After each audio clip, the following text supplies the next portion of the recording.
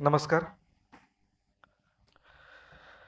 विदर्भ सांस्कृतिक परिषद आणि विश्व मराठी परिषद यांच्या संयुक्त विद्यमाने आयोजित सुमतीबाई भालचंद्र व्याख्यानमालेच्या 8व्या पर्वामध्ये मी तुषार जाधव आपणा सर्वांचे मनपूर्वक स्वागत करतो.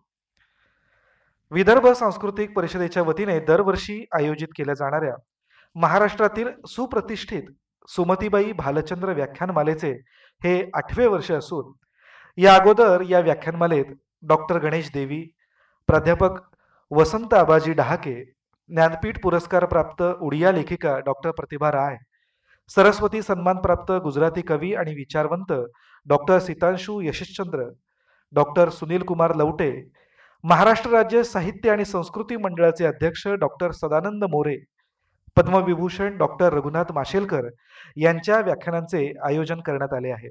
सलग 8 वर्ष ही व्याख्यानमाला सुरू असून कोरोना काळात देखील आपण ऑनलाईन स्वरूपामध्ये हिचं आयोजन केलं होतं. यावर्षी परिषदेच्या वतीने आंतरराष्ट्रीय ख्यातीचे शास्त्रज्ञ व पर्यावरण तज्ज्ञ पद्मभूषण डॉक्टर माधव गाडगीळ सर यांचे साहित्यातील निसर्ग चित्रण या विषयावर आज आपण व्याख्यान आयोजित केलं आहे आणि त्यांना साथ करणार आहेत तरुण वनस्पती शास्त्रज्ञ आणि लेखक कवी डॉक्टर मंदार दातार सर. मी दोन्ही मान्यवरांना विनंती करतो की त्यांनी कृपया व्यासपीठावर यावं. अच्छा, दोन्ही वक्त्यांचं व्यासपीठावर आगमन झालेलं आहे. विदर्भ सांस्कृतिक परिषद आणि विश्व मराठी परिषदेच्या वतीने आपण दोघांचंही मनपूर्वक स्वागत. मी प्राध्यापक अनिकेत पाटील यांना पाचारण करतो की त्यांनी आजच्या कार्यक्रमाचं प्रास्ताविक करावं. नमस्कार.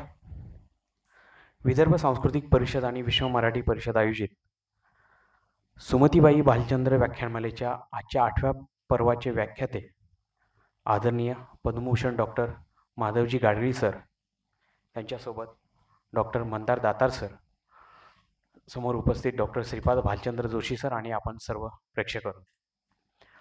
विश्व मराठी परिषद ही कोरोनापूर्वी साहित्य सेतू या नावाने साहित्यिक उपक्रम करण्यामध्ये पुढाकार घेत होती. 2019च्या फेब्रुवारी महिन्यामध्ये डॉक्टर श्रीपाद भालचंद्र जोशी सरांच्या मार्गदर्शनाने आणि प्राध्यापक क्षितिज पाटुकले सर आणि अनुबंध प्रकाशनाचे प्रकाशक श्री अनिल कुलकर्णी सर यांच्या संकल्पनेतून विश्व मराठी परिषद ही स्थापन करण्यात आली. या परिषदेचं मुख्य उद्देश म्हणजे जगभरातील 12 कोटी मराठी बांधवांना केवळ साहित्यच नव्हे तर साहित्य, संस्कृती, उद्योजकता आणि युवा या आयामांतर्गत जोडून घेणे आणि सक्षम, संपन्न आणि समृद्ध मराठी भाषिक समाजाची निर्मिती करणे या उद्देशाने परिषदेची स्थापना करण्यात आली. कोरोना काळामध्ये सांगण्याचा हा महत्त्वाचा मुद्दा म्हणजे कोरोना काळामध्ये जवळपास 12,000हून अधिक जगभरातील मराठी बांधव महाराष्ट्राबाहेरील आणि जगभरातील जवळपास 48 देशांमध्ये या ऑनलाईन वेगवेगळ्या कार्यशाळांचं आयोजित करण्यात आलं, ज्यामध्ये साहित्यिक, उद्योजकीय विषय होते, संस्कार विषयक विषय होते आणि कौशल्य विकास करणारे असे वेगवेगळे विषय. जवळपास 35 विषयांमध्ये 12,000हून अधिक लोकांनी याच्यामध्ये सहभाग नोंदवला. यासोबतच विश्व मराठीचं पहिलं ऑनलाईन संमेलन हे 2021मध्ये आयोजित करण्यात आलं. त्यानंतर वेगवेगळ्या प्रकारचे प्रत्यक्ष शिबिरं, जसे कोल्हापूरच्या मुरगुड या ठिकाणी 100 मुलांचं एक संस्कार शिबिर घेण्यात आलं. सज्जनगड या ठिकाणी या जुलै महिन्यातच परदेशात राहणारी जे मराठी मुलं आहेत आणि त्यांचे पालक यांच्यासाठी संस्कार शिबिरांचं आयोजित करण्यात आलं. अशा पद्धतीनं विश्व मराठी परिषदेचं कामकाज सुरू आहे. गेल्या काही वर्षांपासून 2 ते 3 वर्षांपासून या सुमतीबाई भालचंद्र व्याख्यानमालेचं आयोजनसुद्धा सरांच्या मार्गदर्शनाने विश्व मराठी परिषद करत आहे आणि यावेळी पहिल्यांदाच आपण ही कार्यशाळा प्रत्यक्ष स्वरूपात पुण्यात करत आहोत. त्यामुळं बहुतेक लोकांचे फोन येत होते की ही ऑनलाईन आम्हाला कशी बघता येईल, कारण त्यांना या 2-3 वर्षांमध्ये ती सवय पडली. तर त्या लोकांसाठी आपण ही रेकॉर्डिंगची सुविधा केलेली आहे. हे रेकॉर्डिंग उद्या त्या सर्व लोकांना उद्यापर्यंत पोहोचणार आहे. तर मी पुन्हा एकदा मान्यवर वक्त्यांचं परिषदेतर्फे मनपूर्वक स्वागत करतो आणि थांबतो. धन्यवाद.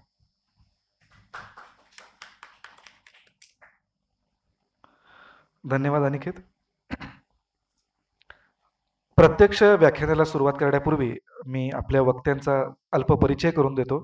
खरं तर माझा थोडक्यात परिचय द्यावा अशी सरांनी सूचना केलेली आहे. त्यामुळे आपणा सर्वांनाच सुपरिचित असलेलं व्यक्तिमत्व म्हणजे doctor Madhav Gadgil sir. Gadgil sir आंतरराष्ट्रीय ख्यातीचे शास्त्रज्ञ असून पर्यावरण तज्ज्ञ म्हणून आपण त्यांना ओळखतोच. पर्यावरण विषयातील त्यांच्या अतुलनीय कामगिरीबद्दल त्यांना अनेक पुरस्कार प्राप्त झाले असून यामध्ये हार्वर्डचा मान्यवर विद्यार्थी सुवर्ण पदक, शांतीस्वरूप भटनागर पुरस्कार, वोल्वो व टायलर पुरस्काराने त्यांना सन्मानित करण्यात आले आहे. Sir centre for ecological sciences या संस्थेचे संस्थापक असून लोकाभिमुख पर्यावरण धोरण आखणीतील त्यांचे महत्त्वाचे योगदान आहे. त्यांच्या उत्तुंग कामगिरीबद्दल भारत सरकारने त्यांना पद्मभूषण या प्रतिष्ठित पुरस्काराने सन्मानित देखील केले आहे. आपणा सर्वांचाच भूषणावह असे डॉक्टर माधव गाडगीळ सर आज आपल्याला वक्ते म्हणून लाभले आहेत. त्यांचे स्वागत डॉक्टर श्रीपाद भालचंद्र जोशी सर यांनी पुष्पगुच्छ, छाल आणि सन्मानिका देऊन करावे अशी मी त्यांना विनंती करतो.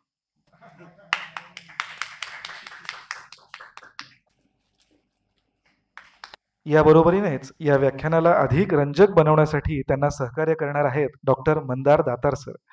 डॉक्टर मंदार दातार यांनी वनस्पती शास्त्रातील PhD प्राप्त केली असून पुण्यातील आघारकर संशोधन केंद्रामध्ये रिसर्च ऑफिसर या पदावर ते कार्यरत आहेत. ते उत्तम लेखक आणि कवी असून वनस्पती शास्त्रावर आधारित काही पुस्तकांचे लेखनही त्यांनी केले आहे. साहित्यविषयक कार्यासाठी त्यांना नानाविध पुरस्कार प्राप्त असून काव्याचा त्यांचा व्यासंग मोठा आहे आणि त्याचा लाभही आज आपल्याला होणार आहे. मी सरांना, जोशी सरांनाच विनंती करतो की त्यांनी पुष्पगुच्छ देऊन दातार सरांचंही स्वागत. मी प्राध्यापक अनिकेत पाटील यांना विनंती करतो की त्यांनी दातार सरांचं स्वागत करावं. आता मी तुमचा अधिक वेळ घेत नाही, फक्त व्याख्यानाच्या स्वरूपाविषयी थोडी कल्पना देतो. वैद्यकीय सल्ल्यानुसार गाडगीळ सरांना संपूर्ण व्याख्यान सलग उभं राहता येणं शक्य नाहीये. या दृष्टिकोनातून प्रश्नोत्तराचे सत्र आपण अंतिम टप्प्यात न ठेवता व्याख्यानादरम्यान आपण सरांना प्रश्न विचारू शकता. ठराविक अंतराने प्रश्नोत्तरे घेऊन व्याख्यान चालू राहील. मी दोन्ही वक्त्यांना विनंती करतो की त्यांनी व्याख्यानाला सुरुवात करावी. धन्यवाद. नमस्कार.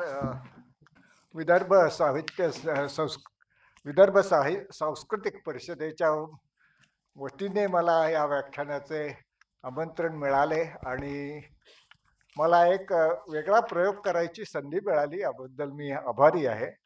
कारण मी बरेचदा भाषणे देत असतो जिकडे तिकडे, परंतु या पद्धतीचा विषय मी कधी हाताळला नव्हता.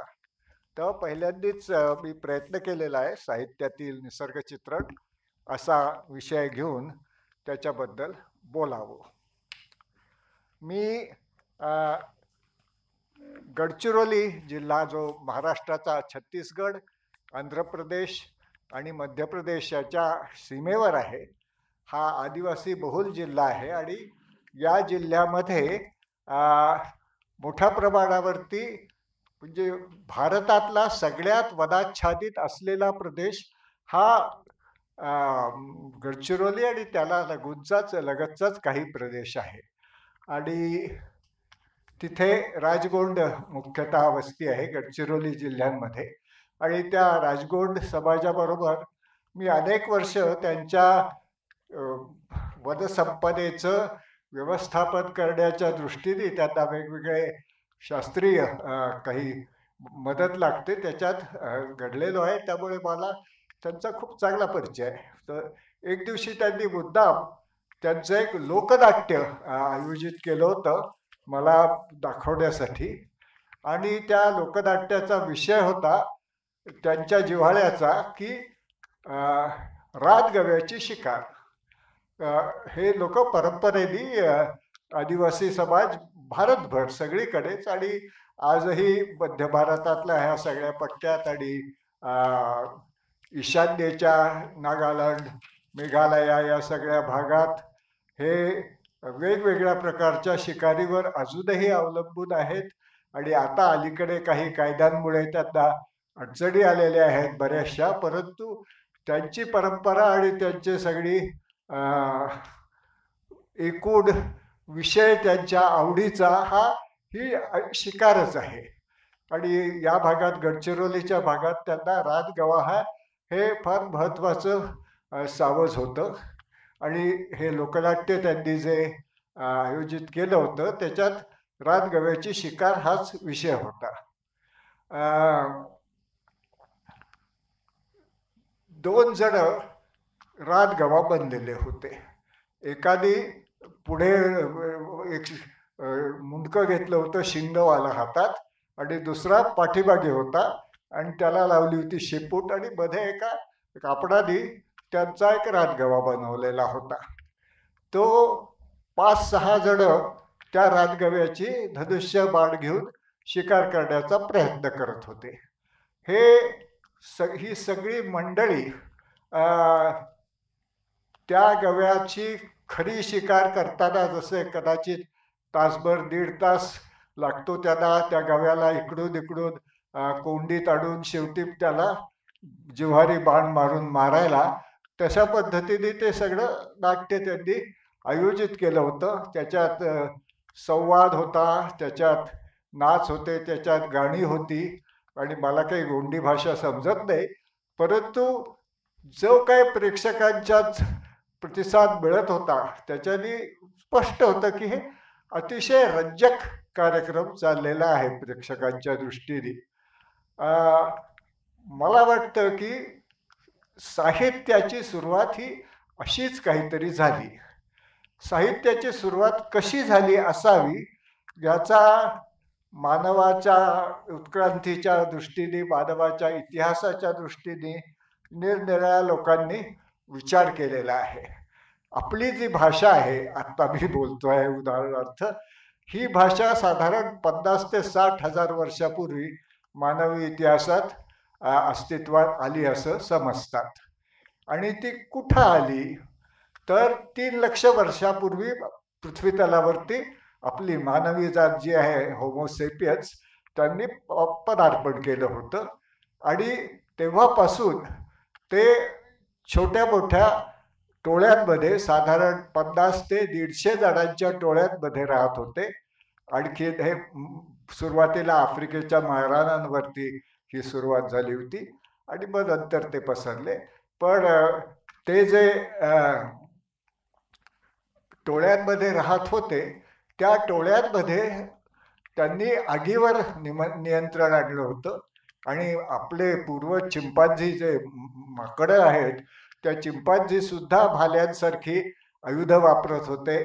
तेव्हा ही मंडळी 3 लक्ष वर्षापासून आयुध वापरत होती. त्यांनी आग पण काबूत आणली होती.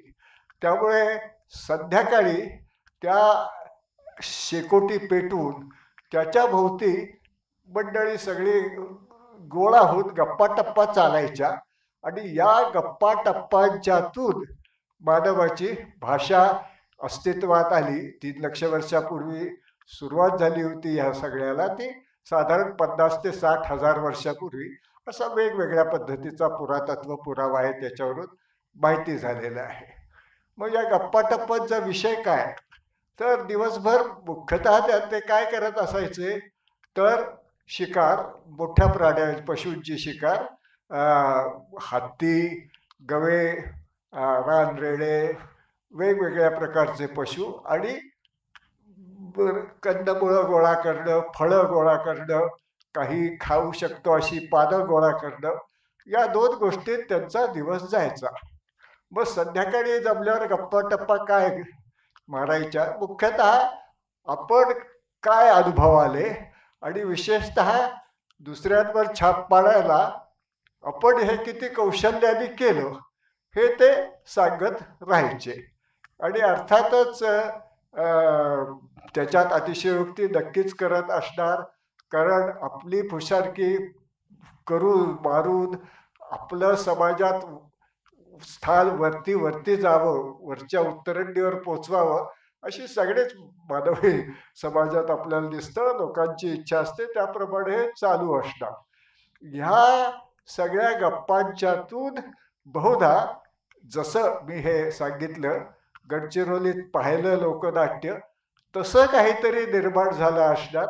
आणि तेच साहित्याचं, मानवी साहित्याचं मूळ असं उत्क्रांतीचे, मानवी उत्क्रांतीचा अभ्यास करणारे लोक समजतात.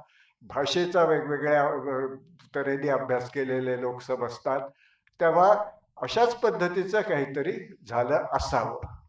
आता याचा आपल्याला जास्त परिचय कुठे आहे तर महाराष्ट्राच्या दृष्टीने पाहिलं तर महाराष्ट्री प्राकृतात साधारण 2000 वर्षापूर्वी जी गाथा सप्तशती नावाची एक गाथांचं संकलन केलं गेलं. हे हाल सातवाहन राजांनी केलं असं समजतात. ते त्या गाथा सप्तशतीमध्ये याचं प्रतिबिंब दिसायला हवं. आणि तसं तुम्ही जर गाथा सप्तशती आज पाहायला गेलात, स जोगळेकरांनी एक फार याची छान खूप अभ्यासपूर्वक आवृत्ती काढलेली आहे. त्या आवृत्तीमध्ये त्यांना सापडलं की जरी सप्तशती म्हणत असले तरी साधारण 1000 गाथा एकूण सापडतात वेगवेगळ्या आवृत्त्यांमधून, हस्तलिखितांमधून. त्या 1000 गाथांच्यात पाहिलं तुम्ही तर जवळजवळ सगळ्या शृंगारिक आहेत.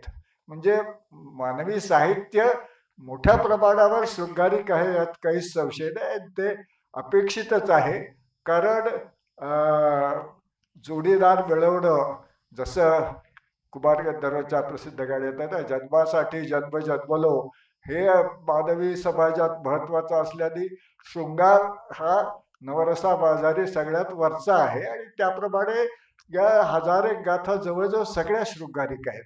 पण त्यांच्यात ते निसर्गाच्या सान्निध्यात राहणारे मंडळी असल्यामुळे तुम्हाला अनेक पशु पक्षी ह्यांचे संदर्भ मिळतात.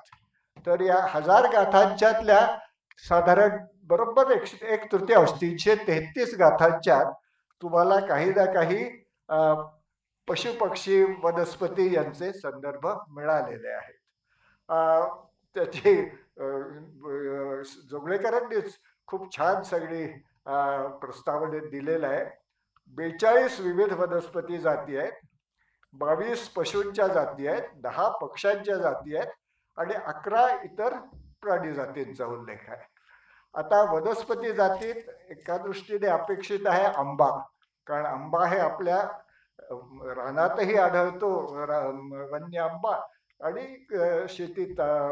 शेतांवरती सुद्धा लागवडीत आणलेला आहे. आंबा हा खूप वेळा आलेला आहे.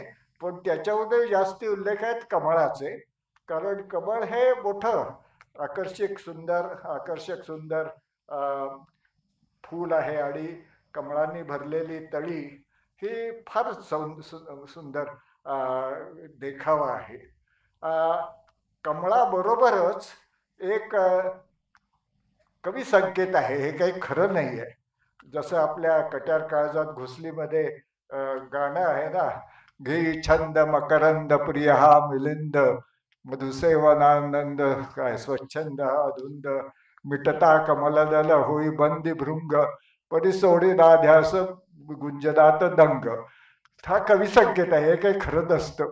पण तो इतका प्रचलित आहे की सगळ्यात जास्त प्राण्यांमध्ये उल्लेख आहे भ्रमराचा, फुला वनस्पतीत कमलाचा, भ्रमराचा. पण बाकी महत्वाचे उल्लेख आहेत ते 2 पशूंचे. हत्ती सगळ्यात जास्त हत्तीचा आणि त्याच्या खालोखाल गाय बैलांचा. आणि हत्तीची शिकार ही या समाजाला फार महत्वाची होती, हे उघड आहे.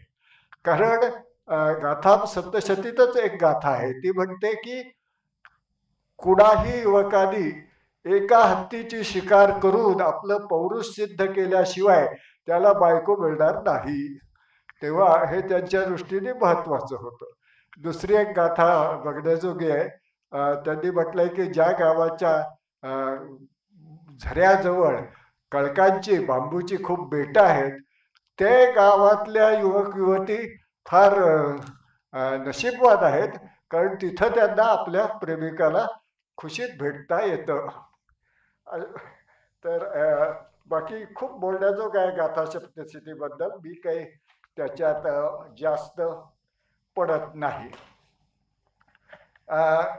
तर आता आपण निसर्गाचं चित्रण काय काय चौकटीत मांडलं गेलेलं आहे.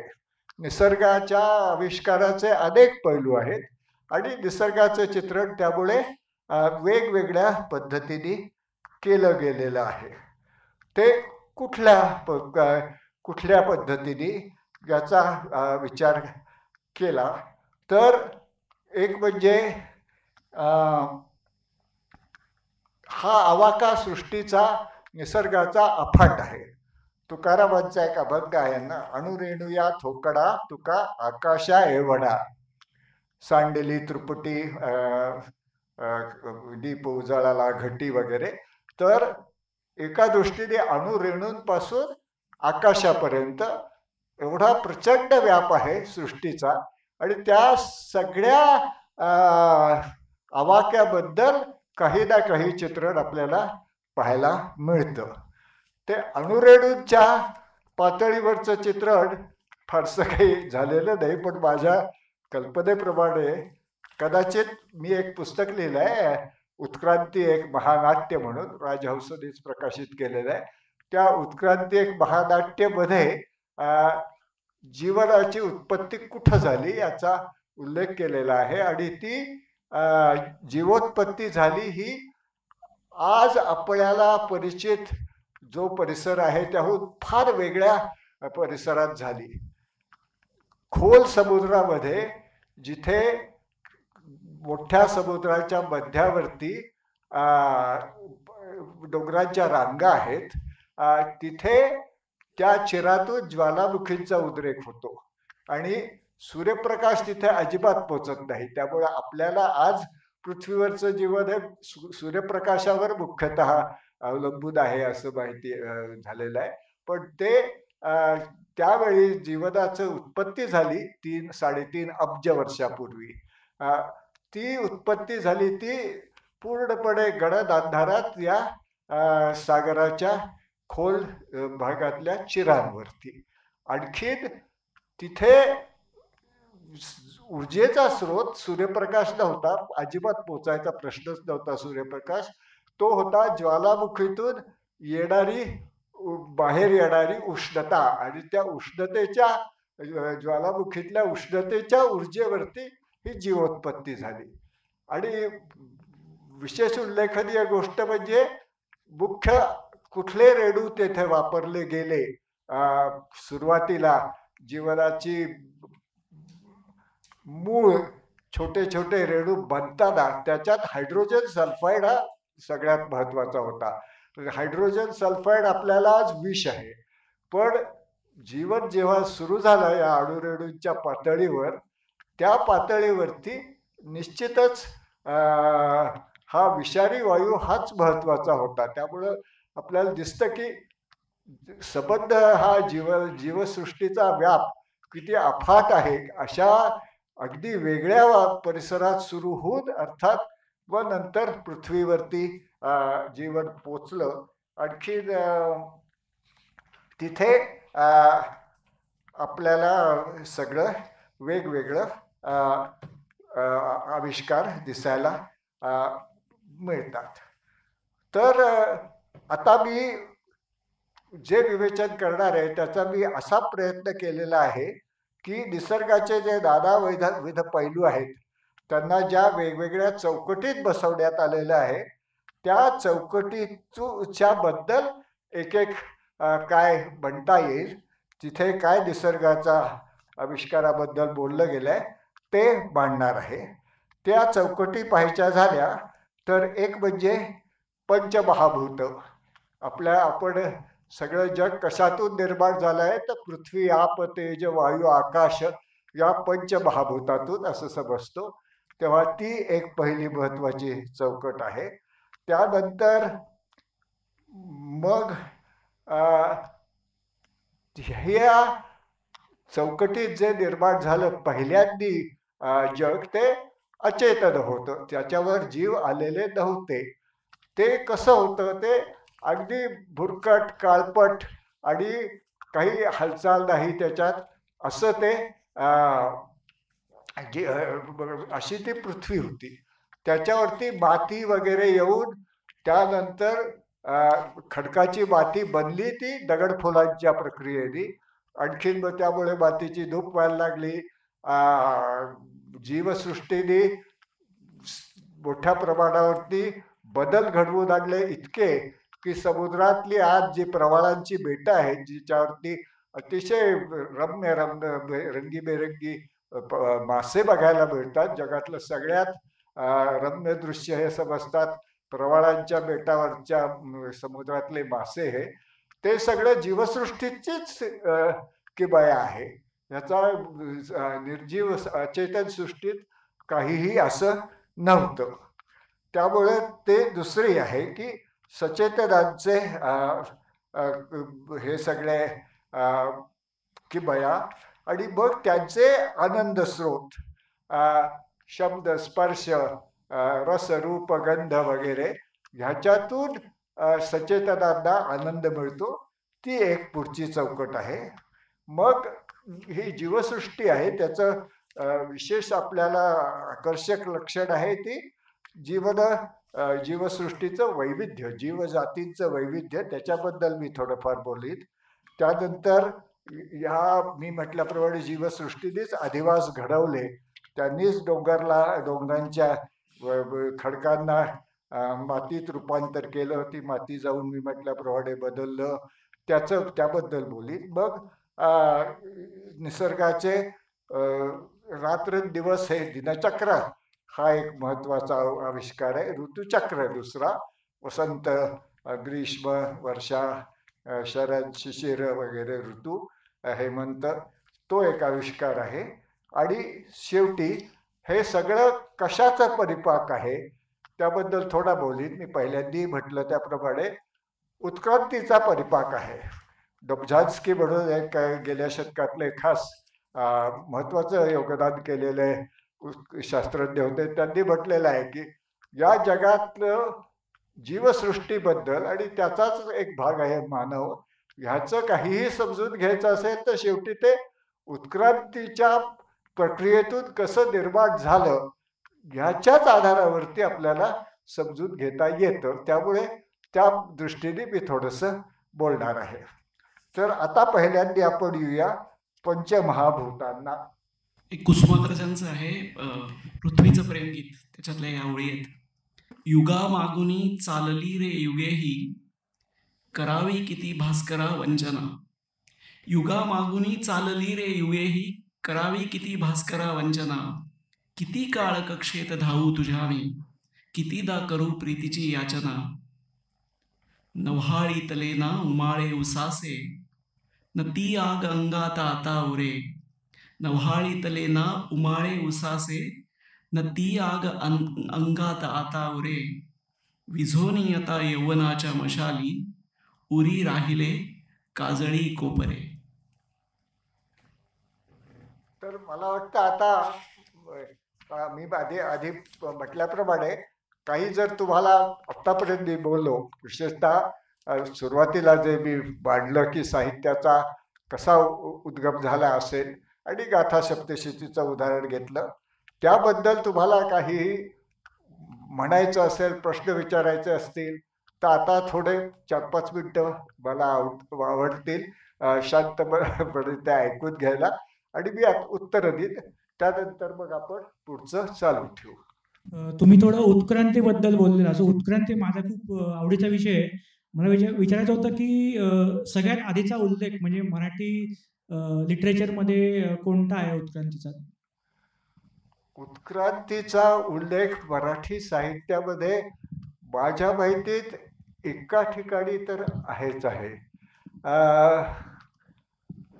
ख्रिश्चन लोकांच्या ख्रिस्ती धर्माप्रमाणे उत्क्रांती हे पाखंड आहे.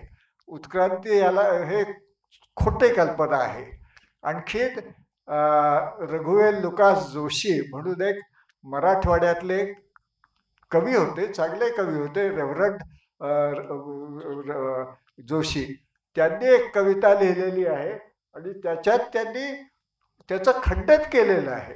हे काही नाही, उत्क्रांती हे बाष्फळ कल्पना आहे असं काहीही नाही. आणखी दुसरी मी पाहिलेली आहे उल्लेख, तो एक 1918-19 साली एक महत्वाचा शब्दकोश बनवला गेला 2 खंडांमध्ये. इंग्लिश मराठी शब्दकोश रानडे नावाच्या गृहस्थांनी तो संपादित केला होता.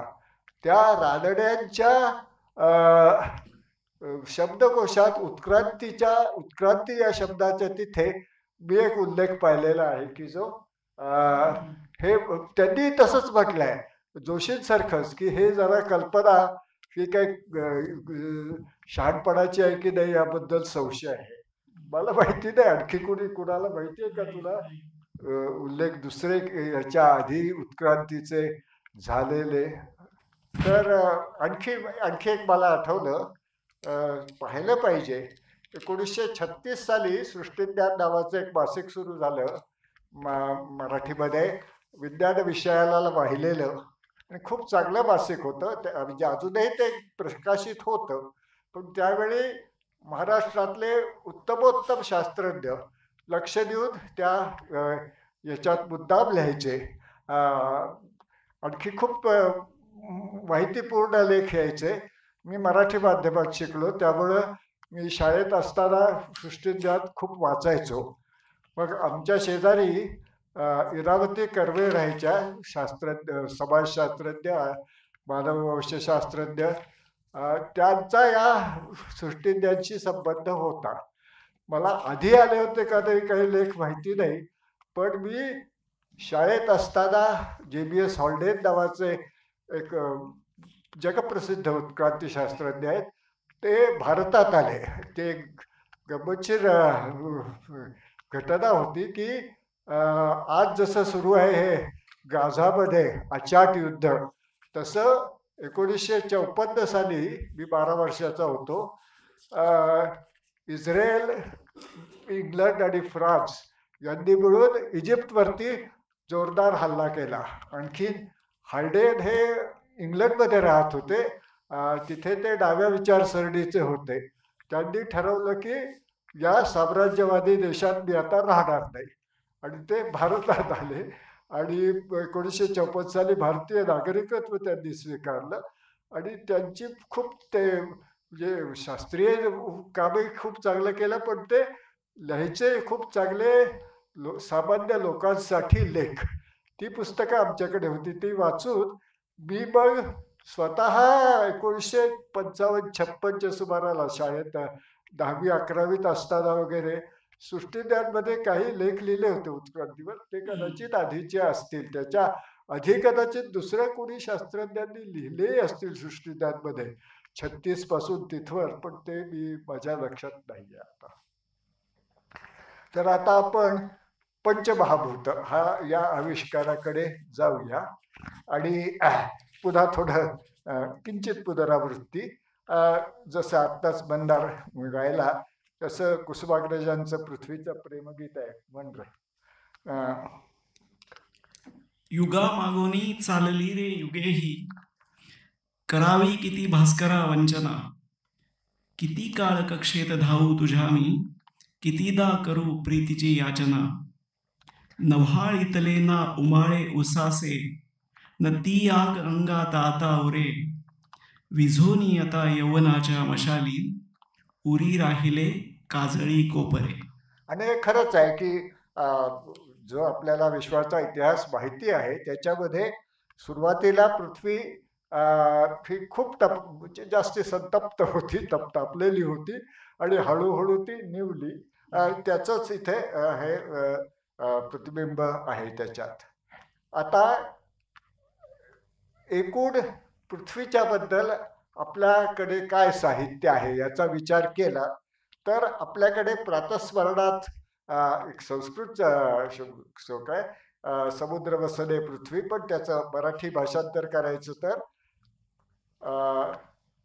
सागराचे वस्त्र ल्यालीस, पर्वताचे स्तन तुला, पाय ठेवी विष्णुपत्नी, माफ करगे मला, असं आपण प्रातस्मरणात म्हणायचं, अशी एक परंपरा आहे. पण पृथ्वीवरती काय आहे याचं खास छान समज आणि वर्णन हे कालिदासाच्या रचनांच्यात तुम्हाला सापडतं. आणि कालिदासाने कुमारसंभव हा जो एक म्हणजे त्यांनी अनेक महाकाव्य लिहिली, त्यातलं एक होतं कुमारसंभव. त्याच्या सुरुवातीलाच तो म्हणतो की अस्त्युत्तरस्याम दिशी देवतात्मा, उत्तर दिशेला एक देवतात्मा आहे, हिमालय हा नगाधिराज, आणि पूर्वेला आणि पश्चिमेला म्हणजे बंगालच्या उपसागरात आणि अरबी समुद्रात त्याची 2 टोकं बुडलेली आहेत. असा हा पृथ्वीला एक मानदंड आहे असा पर्वत इथे आहे. पण त्याचं खास पर्वताचं वर्णन मला भावलेलं आहे ते म्हणजे आपल्या पश्चिम घाटाचं. पूर्ण कन्याकुमारीपासून अगस्त्यमालापासून ते सातपुड्यापर्यंत जो पर्वतरांग आहे त्या पर्वतरांगेचं त्यांनी सुंदर वर्णन केलेलं आहे त्याचं रघुवंश या महाकाव्यात. रघुवंशाचा 4था सर्ग आहे रघु दिग्विजय म्हणून, की रघुराजा निघतो त्याच्या राजधानीहून अयोध्या. सगळीकडे 4 कोपऱ्यात भारताच्या हिंडून तिथल्या राजांचा पराभव करून त्यांच्याकडून खंडणी वसूल करून त्यांना मांडलिक करून परत येतो. त्याचं त्यांनी वर्णन केलेलं आहे या रघु दिग्विजयात. त्याच्यात सह्याद्री तो जेव्हा येतो पश्चिम किनाऱ्यावरती भारताच्या आणि जे संबंध मी म्हटल्याप्रमाणे पश्चिम घाट वेस्टर्न घाट म्हणतो हा प्रदेश आहे तो त्या प्रदेशात त्याचा प्रवास आहे त्याचं वर्णन करतो. त्या वर्णनात तो आणि आपण तुम्ही पाहिलं जर उपग्रहातलं चित्र तर एका दृष्टीने खूप समर्पक वर्णन आहे. त्या वर्णनात तो म्हणतो की हा सगळा प्रदेश काय आहे, ही एक लावण्यवती युवती आहे. आणखीन मंदारनी आणि मी ह्या काही श्लोकांचं जे या पश्चिम घाटाचं वर्णन करतात कालिदास वर्णन करतो आणि मी म्हटल्याप्रमाणे एक सुंदर युवती म्हणून वर्णन करतो. त्याचं भाषांतर करून ते गेल्या वर्षी साप्ताहिक सकाळच्या दिवाळी अंकात प्रकाशित केलं होतं. त्यातले मी काही तुम्हाला श्लोक उद्धृत करून सांगू इच्छितो. तर मी म्हटल्याप्रमाणे त्यांनी या पर्वतरांग श्रेणीला सुंदर युवतीची उपमा दिली आहे आणि तो म्हणतो मला या दरदुर 2 स्तनांवर चंदन लेपन घडे चंदन तरु पूर्वेला भोगून रघुदल होई पुढे. तुम्ही पाहिल्यात उपग्रहाच्या चित्रात तर खरोखरच एका दृष्टीने आनेमलय हा पर्वत जो केरळात पश्चिम पालघाटच्या दक्षिणेला आहे आणि निलगिरी हा पर्वत जो तामिळनाडूत आहे त्यांचा आकार हा स्तनाकार आहे आणि तो म्हणतो जसं पूर्वेला चंदन लेपन आहे तसं त्यांच्या पूर्व उतारांवर या दोन्ही पर्वतांच्या भरपूर चंदनाची अजूनही झाडं आहेत. खूप ती तोडली गेली चोरट्या ह्याच्यातून पण भरपूर अजूनही झाडं आहेत. तेव्हा हे बरोबर वर्णन आहे. त्यानंतर आणखी उत्तरेला रघुदल येतं आणि त्याच वेळी काही भागात तिथे जवळजवळ समुद्रात असे डोंगर पोचलेले आहेत पश्चिम घाटाचे आणि त्यामुळे पश्चिम घाट पूर्ण समुद्राला भिडलेला आहे असं दिसतं. त्याचं एका श्लोकात वर्णन आहे सागर रूपी वस्त्रधरेचे ढळे नितंबावरी रमणीय स्थळते रघु जातसे लघुद सह्यगिरी. ते सह्याद्री ओलांडून जातो जिथे हे डोंगर समुद्राजवळ येतात. दुसरं एक छान वर्णन आहे त्याचं मुरला नदी म्हणतो तो. ती आज गोवा आणखीन कर्नाटक ह्याच्या सीमेवर काळी नदी आहे तिचं त्यावेळी नाव होतं मुरला. त्या मुरलेचं वर्णन करताना तो म्हणतो किनारचे तरु मुरला नदीच्या उधळी केतकी कण. आणि तिथे हे तर खरंच आहे की त्या भागात केवड्याची केतकीची प्रचंड झाडं तुम्हाला त्या नदीच्या किनाऱ्यावरती दिसतील. शेवटी आणखी एक मला उल्लेख करा असा वाटतो तो आहे दक्षिणेला जो केरळात जी रांग आहे त्याच्यावरती प्रचंड प्रमाणात अरण्यामध्ये मिरीची वन्य मिरीची रोपं आहेत आणि तिथून मिरीचा मोठा व्यापार चालायचा. ग्रीसला, युरोपाला हे मिरीचा निर्यात व्हायची हा उल्लेख आहे. तर तिथे तो म्हणतो, मिरवेलीवर विसावलेले हरित उडाले नभा, सह्यगिरीवर श्रांत सैन्य हो मावळता दिनप्रभा. म्हणजे त्या अरण्यात मिरीच्या वेलांवरती हे हरियाळ, जे महाराष्ट्राचा राज्य पक्षी आहे, हिरवं कबूतर रानातलं हरियाळ, ते आहेत. आणि खरोखरच आजही तुम्ही पाहिलं तर त्या जंगलामध्ये हे हरियाळ मोठ्या प्रमाणावर आढळतात. तेव्हा हे पहिलं पंचमहाभूत आपण पाहिलं ते पृथ्वी. दुसरं पृथ्वी आप. दुसरं पंचमहाभूत आहे आप, म्हणजे जल, पाणी. आणखीन मराठीमधल्या निसर्ग साहित्यात मला वाटतं फार मोठं महत्वाचं योगदान केलं आहे समर्थ रामदासांनी. ते सह्याद्रीच्या आजच्या रायगड जिल्ह्यामधले शिवथरघळ म्हणून आहे, त्या शिवथरघळीमध्ये त्यांनी वास्तव्य केलं. काहीतरी 22 वर्ष समजतात. आणि दासबोध हा त्यांचा जो ग्रंथ आहे तो तिथं त्यांनी रचला. दासबोधामध्ये खूप निराळ्या निसर्गाचं वर्णन तुम्हाला सापडतं. त्याच्यात पंचमहाभूतांचे वर्णन आहे. तेव्हा ते सगळं बघायला आत्ता पाहत नाही आहे आपण, परंतु आप, हे जे आप किंवा पाणी, हे जे दुसरं पंचमहाभूत आहे त्याचं दासबोधातलं वर्णन हे माझे मित्र मंदार आता तुम्हाला वाचून दाखवतील, ऐकण्याजोगं आहे. आता सकळाचे जन्मस्थान, सकळ जीवांचे जीवन, जयास आप नारायण ऐसे बोलिजे. पृथ्वीस आधार आवरणोदक, सप्त सिंधूचे सिंधोदक, नाना मेघींचे मेघोदक, भूमंडळी चालिले. नाना नद्या नाना देशी, वाहात मिळाल्या सागराशी, लहान थोर पुण्यराशी, अगाध महिमे. नद्या पर्वताहून कोसळल्या, नाना साकडी मध्ये रिचविल्या, धबाबा खळाळा चालिल्या, असंभाव्य. कूप 22 सरोवरे, उदंड तळी थोर थोरे, निर्मळे उचंबळती नीरे, नाना देसी.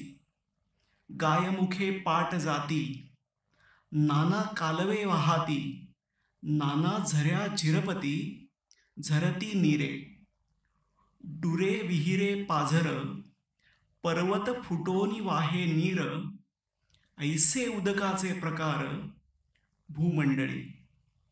जितुके गिरी तितुक्या धारा, कोसळती भयंकरा, पाभळ वहाळा अपारा, उकळ्या सांडिती.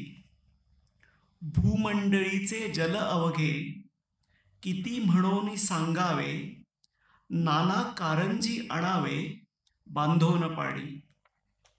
नाना वल्लींमध्ये जीवन, नाना फळी फुली जीवन, नाना कंदी मुळी जीवन, गुणकारके. शिरोदके सिंधोदके, विशोदके पियुषोदके, नाना स्थळांतरी उदके, नाना गुणाची.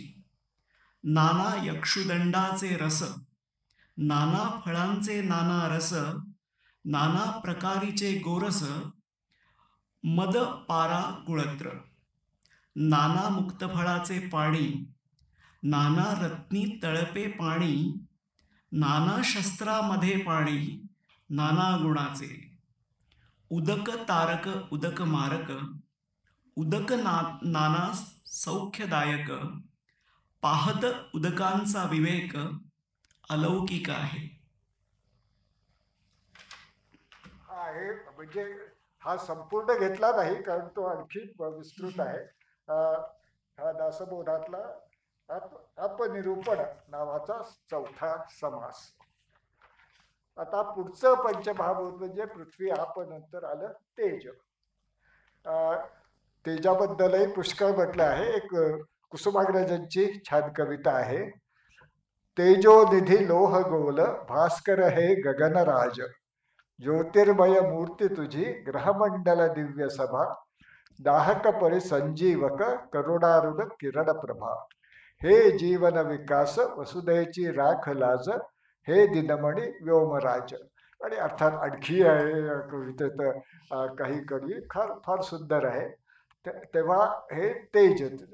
आता तेजा संदर्भात हे जे ग्रहगोल म्हटलेले आहेत कुसुमाग्रजांनी, तसे सूर्यचंद्रांचे अनेक उल्लेख आहेत आणि लोककविता ते आहेत. ती कुणी रचली काय मला माहिती नाही, लहानपणापासून ऐकलेले आहेत. जशी एक आहे, मोर पोपट कोकिळा राजहंस, फुकट त्यांचा हा बडे जाव खास, किती माझा कोंबडा हो शहाणा, लोककल्याणा झटतसे पहाना, उठा मूर्खांनो झोप काय घेता, अरुण उदयाचा समय असे आता, करा काहीतरी आळसा त्यजून, सकाळी उषःकाली सांगतो ओरडून. किंवा दुसरी एक आहे, चांदोबाबा चांदोबाबा भागलास का, निंबोडीच्या झाडामागे लपलास का, निंबोडीचं झाड करवंदी, मामाचा वाडा चिरेबंदी, मामाच्या वाड्यात येऊन जा, तूप रोटी खाऊन जा, तुपात पडली माशी, चांदोबा राहिला उपाशी. तर पृथ्वी आप तेज झालं. चौथं पंचमहाभूत आहे वायू. आता एक आपल्या सगळ्या साहित्यामध्ये, म्हणजे निसर्गाचं वर्णन केवळ नाही म्हणत आहे, सगळ्या साहित्यामध्ये कृष्ण आणि त्याची मुरली, त्याचा पावा आणि तो त्यांनी वाजवणं, ह्याच्याबद्दल प्रचंड प्रमाणात काव्यनिर्मिती झालेली आहे. त्यातलं लक्षात घेण्याजोगं आहे की आपण जर जे काय पुरातत्व संशोधकांनी काढलेले आहेत अभ्यास, त्याच्यातून जगात पहिलं वाद्य कुठलं निर्माण झालं तर ते होतं बासरी. त्यानंतर बाकीची वाद्य आली. बांबू हे सगळीकडे आहेत आणि त्या बासरी म्हणजे बास म्हणजे बांबूच, बासरी किंवा पावा, मुरली सगळं हे जे आहे हे पहिलं जगातलं वाद्य होतं. आणि कृष्ण हा मुरलीधर, कृष्णाची बासरी हे सगळ्या काव्यात खूप याची विवेचन आपल्याला मिळतं. त्यातलंच एक लोकप्रिय गीत आहे, शरदाचे चांदणे मधुवनी फुलला निशिगंध, वाहते यमुना जळधुंद, वारा झुळझुळतो फुलांचा सुगंध दरवळतो, सांडतो भरुनी आनंद, वाजवी पावा गोविंद. किंवा तुम्हाला दुसरा एक वायूचा उल्लेख छान ऐकायचं पाहायचा असेल तर ग. माडगुळकरांचं एक गीत आहे, आंब्याच्या वनात नाच रे मोरा. आंब्याच्या वनात नाच रे मोरा नाच, ढगांची वारा झुंजला रे, काळा काळा कापूस पिंजला रे, आता तुझी पाळी वीज देते टाळी, फुलव पिसारा नाच, आंब्याच्या वनात नाच रे मोरा नाच. यानंतर आहे आता पृथ्वी, आप, तेज, वायू, आकाश हे पाचवं महाभूत. आणि बालकवींच्या फुलराडी कवितेत या आकाशाचं एक रम्य वर्णन आहे, ते मंदार करतोय. तेजोमय नभमंडप केला, लख पांढरा 10 दिशांना, इकडे तिकडे उधळत मोती, दिव्य वऱ्हाडी गगनी येती, कुणी बांधला गुलाबी फेटा, झगमगणारा सुंदर मोठा, आकाशी चंडोल चालला, वांग निश्चय करावयाला, हे थाटाचे लग्न कोणाचे, साध्या भोळ्या फुलराणीचे. ही झाली 5 पंचमहाभूत. आता पुढचा जो आविष्कार निसर्गाचा ज्याच्यात बद्दल मला बोलायला आवडेल तो म्हणजे जीवसृष्टी.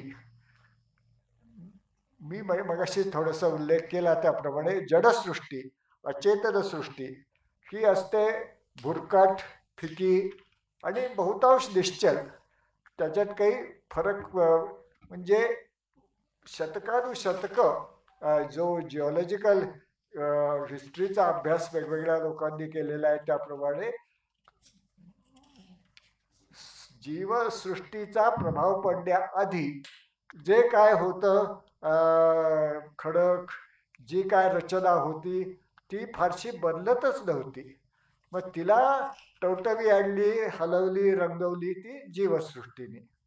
आणि मी म्हटल्याप्रमाणे जीवसृष्टीच्या कर्तबगारीने खडकांपासून माती बनली, त्या मातीत वनस्पती वाढल्या, त्यांच्या बहुरंगी हिरव्या पानांनी, बहुरंगी फळाफळांनी पृथ्वी सजवली. आणि इकडे समुद्रात प्रवाळांनी, सागरात बेटे निर्माण करून त्यावर रंगीबेरंगी मासे खेळवले. तेव्हा बहुतांश निसर्ग वर्णनात्मक साहित्य हे जीवसृष्टीवरती केंद्रित आहे. तेव्हा अर्थात आपल्याकडे संत काव्यात प्रसिद्ध ओवी आहे, वृक्षवेली आम्हा सोयरी वनचरे, पक्षीही सुस्वरे आळविती. याचाच विस्तार ग. दी. माडगुळकरांनी एक छान कवितेत केलेला आहे. बिनभिंतीची उघडी शाळा लाखो इथले गुरु, बिनभिंतीची उघडी शाळा लाखो इथले गुरु, झाडे वेली पशु पाखरे यांची दोस्ती करू. बघू बंगला या मुंग्यांचा, सूर ऐकूया या भुंग्यांचा, बघू बंगला या मुंग्यांचा, सूर ऐकूया या भुंग्यांचा, फुला फुलांचे रंग दाखवित फिरते फुलपाखरू, बिनभिंतीची उघडी शाळा लाखो इथले गुरु. आता ही जी पंचमहाभूत आहेत, ही जी जीवसृष्टी आहेत, त्याच्या परस्पर संबंधाचं खूप छान वर्णन शांता शेळकेंनी केलं आहे. एक मी संबंध कविता वाचत नाही, त्यातली एकच पंक्ती माझ्या मनात खूप घुमते. शांता शेळके म्हणतात, मातीचं झाड, झाडाची मी, माझी पुन्हा माती आणि पानाच्या रेषा माझ्या तळ हाती. म्हणजे ही जी चक्र चालू असतं जीवसृष्टीमध्ये आणि बाकीच्या अचेतन सृष्टीत, त्याचा हे खूप छान या परस्पर संबंधाचं वर्णन केलेलं आहे. आता पंचमहाभूत यांच्या पुढे जाऊया आपण. ते म्हणजे सचेतन सृष्टीला संवेदना हे सगळ्यात महत्वाचं आहे. जीवसृष्टीचं वैशिष्ट्य काय, तर जीवसृष्टीला काहीतरी संवेदना आहेत. आता पुष्कळ छान अभ्यासही झाले आहेत की वनस्पती सृष्टीमध्ये सुद्धा वनस्पतींना संवेदना असतात, पण प्राण्यांमधल्या संवेदना ह्या अर्थातच आपल्याला खूप माहिती आहेत. आणि त्या संवेदनांचं खूप वरच्या पातळीवर पोचलं आहे ते आपल्या मानव जातीच्या संवेदनातून. आणि या आनंददायी संवेदना आपल्या ज्ञानेंद्रियाप्रमाणे 5 मुख्य समजतात: शब्द, स्पर्श, रस, रूप आणि गंध. ते वसंत बापटांनी निसर्गाने दिला आनंद कंद, केवळ सौंदर्य केवळ आनंद अशी एक सुंदर कविता लिहिलेली आहे. आणि त्याच्यामध्ये या शब्द, स्पर्श, रसरूप, गंधांचं खूप सुंदर वर्णन केलं आहे. तर वसंत बापट पहिल्यांदा म्हणतात, 5 नद्यातून मनसागरात आनंद जळाचे पूर भरतात. 5 नद्यातून मनसागरात आनंद जळाचे पूर भरतात. पंचरंगाच्या या इंद्रधनुष्यात चित्त चंडोल भरारी घेतात. 5 राजहंस माझ्या पालखीला उचलती उंच आनंदमयात. कशाचा बोध तात्पर्य शोध, कशाचा बोध तात्पर्य शोध, शब्द, स्पर्श, रसरूप, गंध, केवळ सौंदर्य केवळ आनंद. तर या अनेक कवींनी या 5 शब्द, स्पर्श, रस, रूप, गंध याच्यातून मिळणाऱ्या आनंदाचं वर्णन केलं आहे. प्रथम शब्द घेऊया. माझे जीवन गाणे म्हणून मंगेश पाडगावकरांनी एक सुंदर कविता लिहिली आहे. त्याच्यातल्या काही पंक्ती आहेत. कधी ऐकतो गीत झऱ्यातून, वंशवनाच्या कधी सुरातून, कधी वाऱ्यातून कधी ताऱ्यातून, झुळझुळतात तराणे माझे जीवन गाणे. गा विहगांनो माझ्या संगे, सुरावरी हा जीव तरंगे, तुमच्या सम माझ्याही सुरातून, उधळू प्रेम दिवाळे. हा झाला शब्द. पुढचा आनंदाचा स्रोत तिसरा हा स्पर्श. दुसराच नाही का? हो, दुसरा स्पर्श. त्याच्यात वसंत बापटांनी म्हटलेलं आहे, ओल्या पुलिनाच्या पावलांशी गोष्टी. हा एक खास स्पर्शातला आनंददायी अनुभव आहे. पुलीन म्हणजे समुद्रकाठची वाळूने भरलेला किनारा, त्याला पुळणी म्हणतात. तर तिथे अनवाटी पायांनी चाललं तर खरंच खूप तो आनंददायी अनुभव आहे. मी पुष्कळदा खूप खुशीत घेतलेला आहे. आणि त्या अर्थातच माणसाच्या दृष्टीने समुद्रातला जो मेवा असतो तो तिथंच आसपास मिळतो.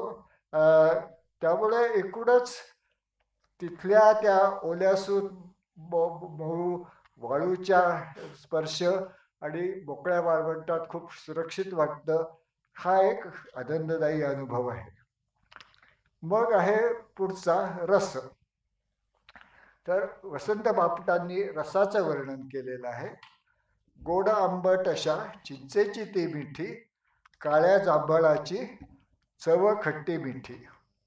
आणि अर्थात आपल्याकडे खास लोकप्रिय असलेला, त्याच्याबद्दल आपण मनपूर्वक गातो, आंबा पिकतो रस गळतो, कोकणचा राजा जिम्मा खेळतो. मग येतं रूप. तर चौथं रूप आहे. त्याच्या दोन टोकाचं एका दृष्टीने हे पाहायचं झालं वर्णन तर वसंत बापटांच्या शब्दात ते म्हणतात, माळावर संध्या रंगांचे तरंग, प्रश्नचिन्हापरी पर्वत अभंग. आणि मंगेश पाडगावकरांच्या एका कवितेत आहे, रंगाचा उलगडूनी पंखा, सांज कुणीही केली. हा आकाशव्यापी आविष्कार झाला रूपाचा. अगदी दुसऱ्या आपल्या खालच्या आकाराला आलो तर मोर हा खास आकर्षक पक्षी आहे. आणि त्याच्याबद्दल एक लोकप्रिय गाणं आहे, थुई थुई नाच माझ्या अंगणात मोरा, निळ्या निळ्या पिसाऱ्याचा फुलवा फुलोरा, काय तुझ्या पिसाऱ्याचा सांगू मी दिमाख, निळ्या मुखमलीवर हिरे लाख लाख. आणि शेवटचा पाचवा याच्यातला हा आहे गंध. तर निशिगंधावर सुगंधाचे पेले, प्राजक्त झेलतो चमेलीचे झेले, नागांनाही मोही असा सोन चाफा, ओले त्या पृथ्वीवर नव्हाळीच्या वाफा. आंबेवनामध्ये वसंत ये धुंद, आंबेवनामध्ये वसंत ये धुंद, कशाचा बोध तात्पर्य शोध, बांधून टाकती सौरभ बंध, निसर्गाने दिला आनंद कंद, केवळ सौंदर्य केवळ आनंद. जीवसृष्टीतला एका दृष्टीने सगळ्यात आकर्षक आविष्कार आहे, काय त्याच्यातून निर्मिती आहे म्हणूया, तो म्हणजे फुलं आणि फळं. आणि फुलांचा रुचकर मकरंद असतो, मोहक गंध असतो. काही फुलं गोड आहेत मोहाची जशी, आणि त्याचा स्वादही आहे. तो रुचकर मकरंद मोहक गंध हे कशासाठी आहेत?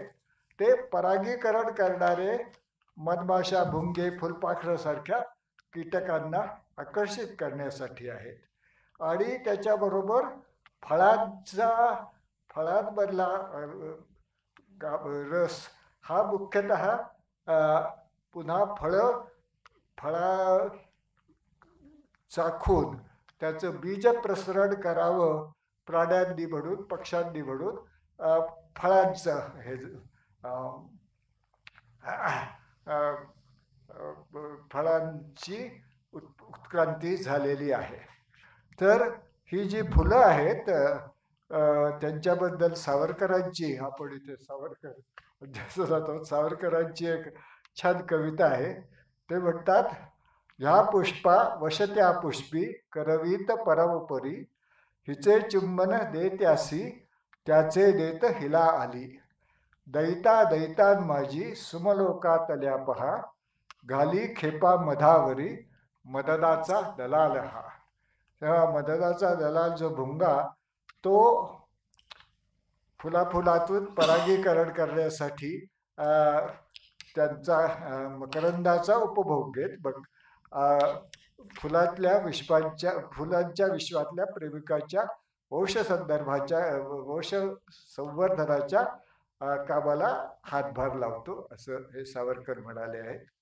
तर फुलांचं सौंदर्य रंगरूप रंगात आहे, सुगंधात आहे आणि मोहासारख्या फुलांच्या गोड चवीतही आहे. या सगळ्यामुळे फुलं ही मनमोहकतेची प्रतीकं बनलेली आहेत आणि जिथे फुलाफळांचं वैपुल्य असतं तिथं त्यांच्याच जोडीला आपल्याला अनुभवायला मिळतो या फुलाफळांवर आकर्षित होणाऱ्या कीटकांच्या पक्ष्यांच्या रंगरूप नाद सौंदर्याचा आविष्कार.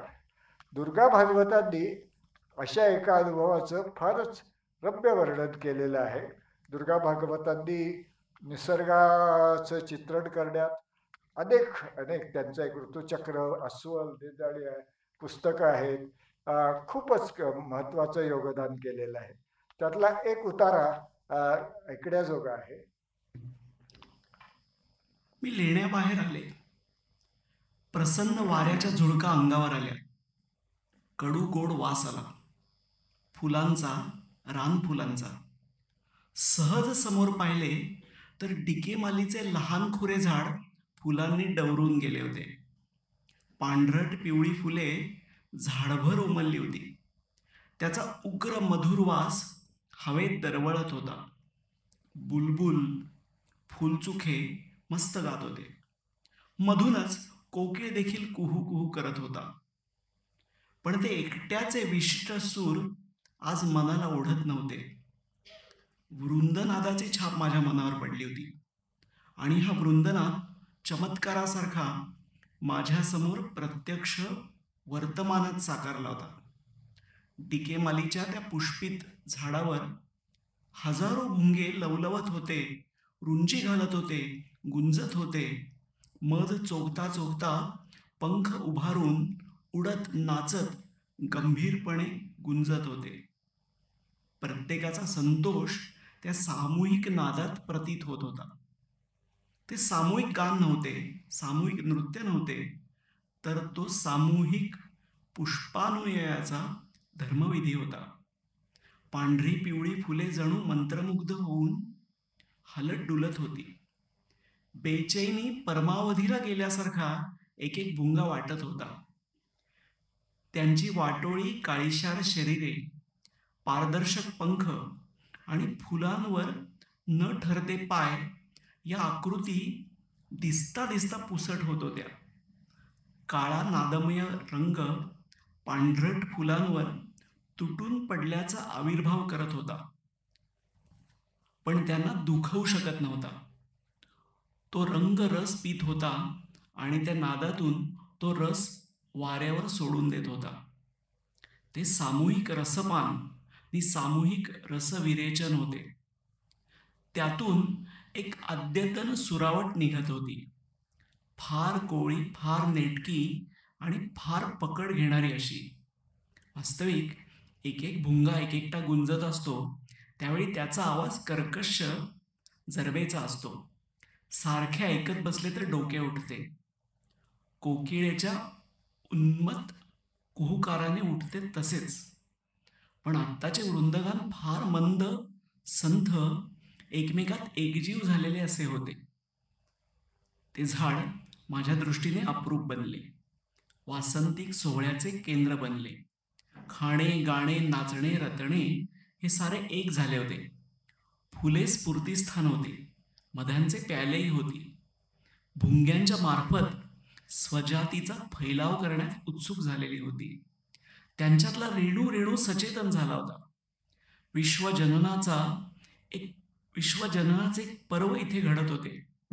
फुलातले केसर नव्हे, त्याच जातीचे तरुविश्व घडवण्यासाठी झटत होते. फुले भुंग्यांना मध पिऊ देत होती. भुंग्यांचेही नवजनन इथूनच निघायचे होते.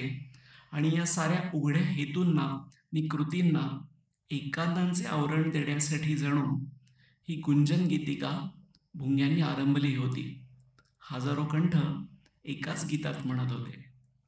तर मी मगाशीच म्हटल्याप्रमाणे निसर्गाच्या सर्व पैलूंच्यात जे खास आकर्षक पैलू असतो हा जीवसृष्टीचं वैविध्य, वेगवेगळ्या जीवजातींचं वैविध्य. आणखीन त्या जीवजातींनी कुठे कुठे कसं आपलं ठाण मांडलेलं आहे, त्यांचं अधिवास. तर ह्याचं खूप सुंदर वर्णन मराठीत, मला वाटतं माझ्या माहितीत सगळ्यात सुंदर असं वर्णन आणि सगळ्यात काळजीपूर्वक या जीवसृष्टीचा समज दाखवणारं वर्णन ही माधव केशव काटदरे यांची सह्याद्रीच्या तळी शोभते हिरवे तळ कोकण ही कविता आहे. आणि त्या कवितेत ते सह्याद्रीच्या घाटमाथ्यापासून ते समुद्र तीरावरच्या पर्यंतचे संबंध भूदृश्य पुसा डोळ्यासमोर आणतात. तर हे गडावरती सुरुवात करून समुद्रातळी जातो त्या सगळ्या पट्ट्याचं वर्णन केलेली काही त्यांचे या सह्याद्रीच्या तळी कोकण, हिरवे तळ कोकणच्या त्यातली काही कडवी मंदार घेऊन दाखवतो. गडागडावर निवास जेथे माय भवानी करी, गडागडावर निवास जेथे माय भवानी करी, राहे उधळत फुले तिथे कुरचाफा चरणावरी. कडे पठारी खेळ मारुता सह खेळे हिरवळ, कडे पठारी खेळ मारुता सह खेळे हिरवळ. उधळीत नाचे हासे सोनरी बालिश सोनावळ, सीताबाईच्या गोड हातचे पोहे जे काननी, सीताबाईच्या गोड हातचे पोहे जे काननी. रागाने दे बाईल वेडा कवडा भिरकावनी, रूपे त्यांची बनूनी पसरली नाचत चोहीकडे. अजूनी पहा या मंडित त्यांनी कोकणचे हे सडे. मागे त्यांच्या डुले नारळी पोफळीचे आगर, मागे त्यांच्या डुले नारळी पोफळीचे आगर. पुढे विराजे निळवंतीचे निळेच जलमंदिर. धुंद सिंधूला मारवेलीची मर्यादा घालून, उभे सैकती कोकण देवी राखीत तळ कोकण. सह्याद्रीच्या तळी शोभते हिरवे तळ कोकण, राष्ट्रदेवीचे निसर्ग निर्मित केवळ नंदनवन. आता जर पाहायला गेलं तर या एका कवितेत त्यांनी किती वेगवेगळ्या जीवजातींचा उल्लेख केलेला असावा हे बघण्याजोग आहे. मी म्हटलं आधी, आता आपण पाहिलं त्याप्रमाणे डोंगरमाथाकडे पठारी, सडे, नारळी पोफळीचे आगर, समुद्रकाठची मारवेल अशा अनेक अधिवासांचे उल्लेख आलेले आहेत. पण त्याच्या जोडीला जीव आणि प्राणी जातींचे 41 कडव्यात उल्लेख आलेले आहेत. 41 कडव्यात मिळून 47 वेगवेगळ्या वनस्पती आणि 12 वेगवेगळ्या प्राणी जातींचा उल्लेख आहे. मी काही सगळ्या 47 वनस्पतींची नावं वाचून दाखवत नाही, पण नमुन्यादाखल कुडा, गोमेद, तेरडा, कमल, बकुळी, गोकर्णी, केतकी, तुळस, नागचंपक, प्राजक्त, मारवेली, निवडुंग, नारळी, पोफळी अशा 41 कडव्यात 47 वनस्पतींचा उल्लेख आहे आणि 12 प्राणी जातींचा. वानर, राघू, मैना, नाग, फुलपाखरू, मधमाशी, खार, कावळे, पारवा, भृंग, कोचिंदे अशा 12 प्राणी जातींचा उल्लेख आहे. ज्या एकाच कडव्यात खूप छान वेगवेगळ्या जीवजातींचा उल्लेख आहे असे नैऋत्येकडचा वारा ही केशवसुतांची कविता आहे आणि त्याच्यात त्यांनी कोकणातल्या देवराया, तिथे त्यांना राहटी म्हणतात, देवराहटी, त्या राहटीचं वर्णन केलेलं आहे. जागोजागही दाटल्या निबिडकी त्या राहट्या रानटी, ते आई नाही खैर किंदळ तसे पायी रही वाढती, वेली थोर इतस्तता पसरुनी जातात गुंतू दरे, चेष्टा त्या मधुनी यथेष्ट करीती दादापरी वानरे. म्हणजे केशवसुतांच्या कविता पाहिल्या तर खरं तर एकाच कडव्यात हे इतकं त्यांनी वेगवेगळ्या जीवजातींचं वर्णन केलेलं आहे. बाकी विशेष काही नाही.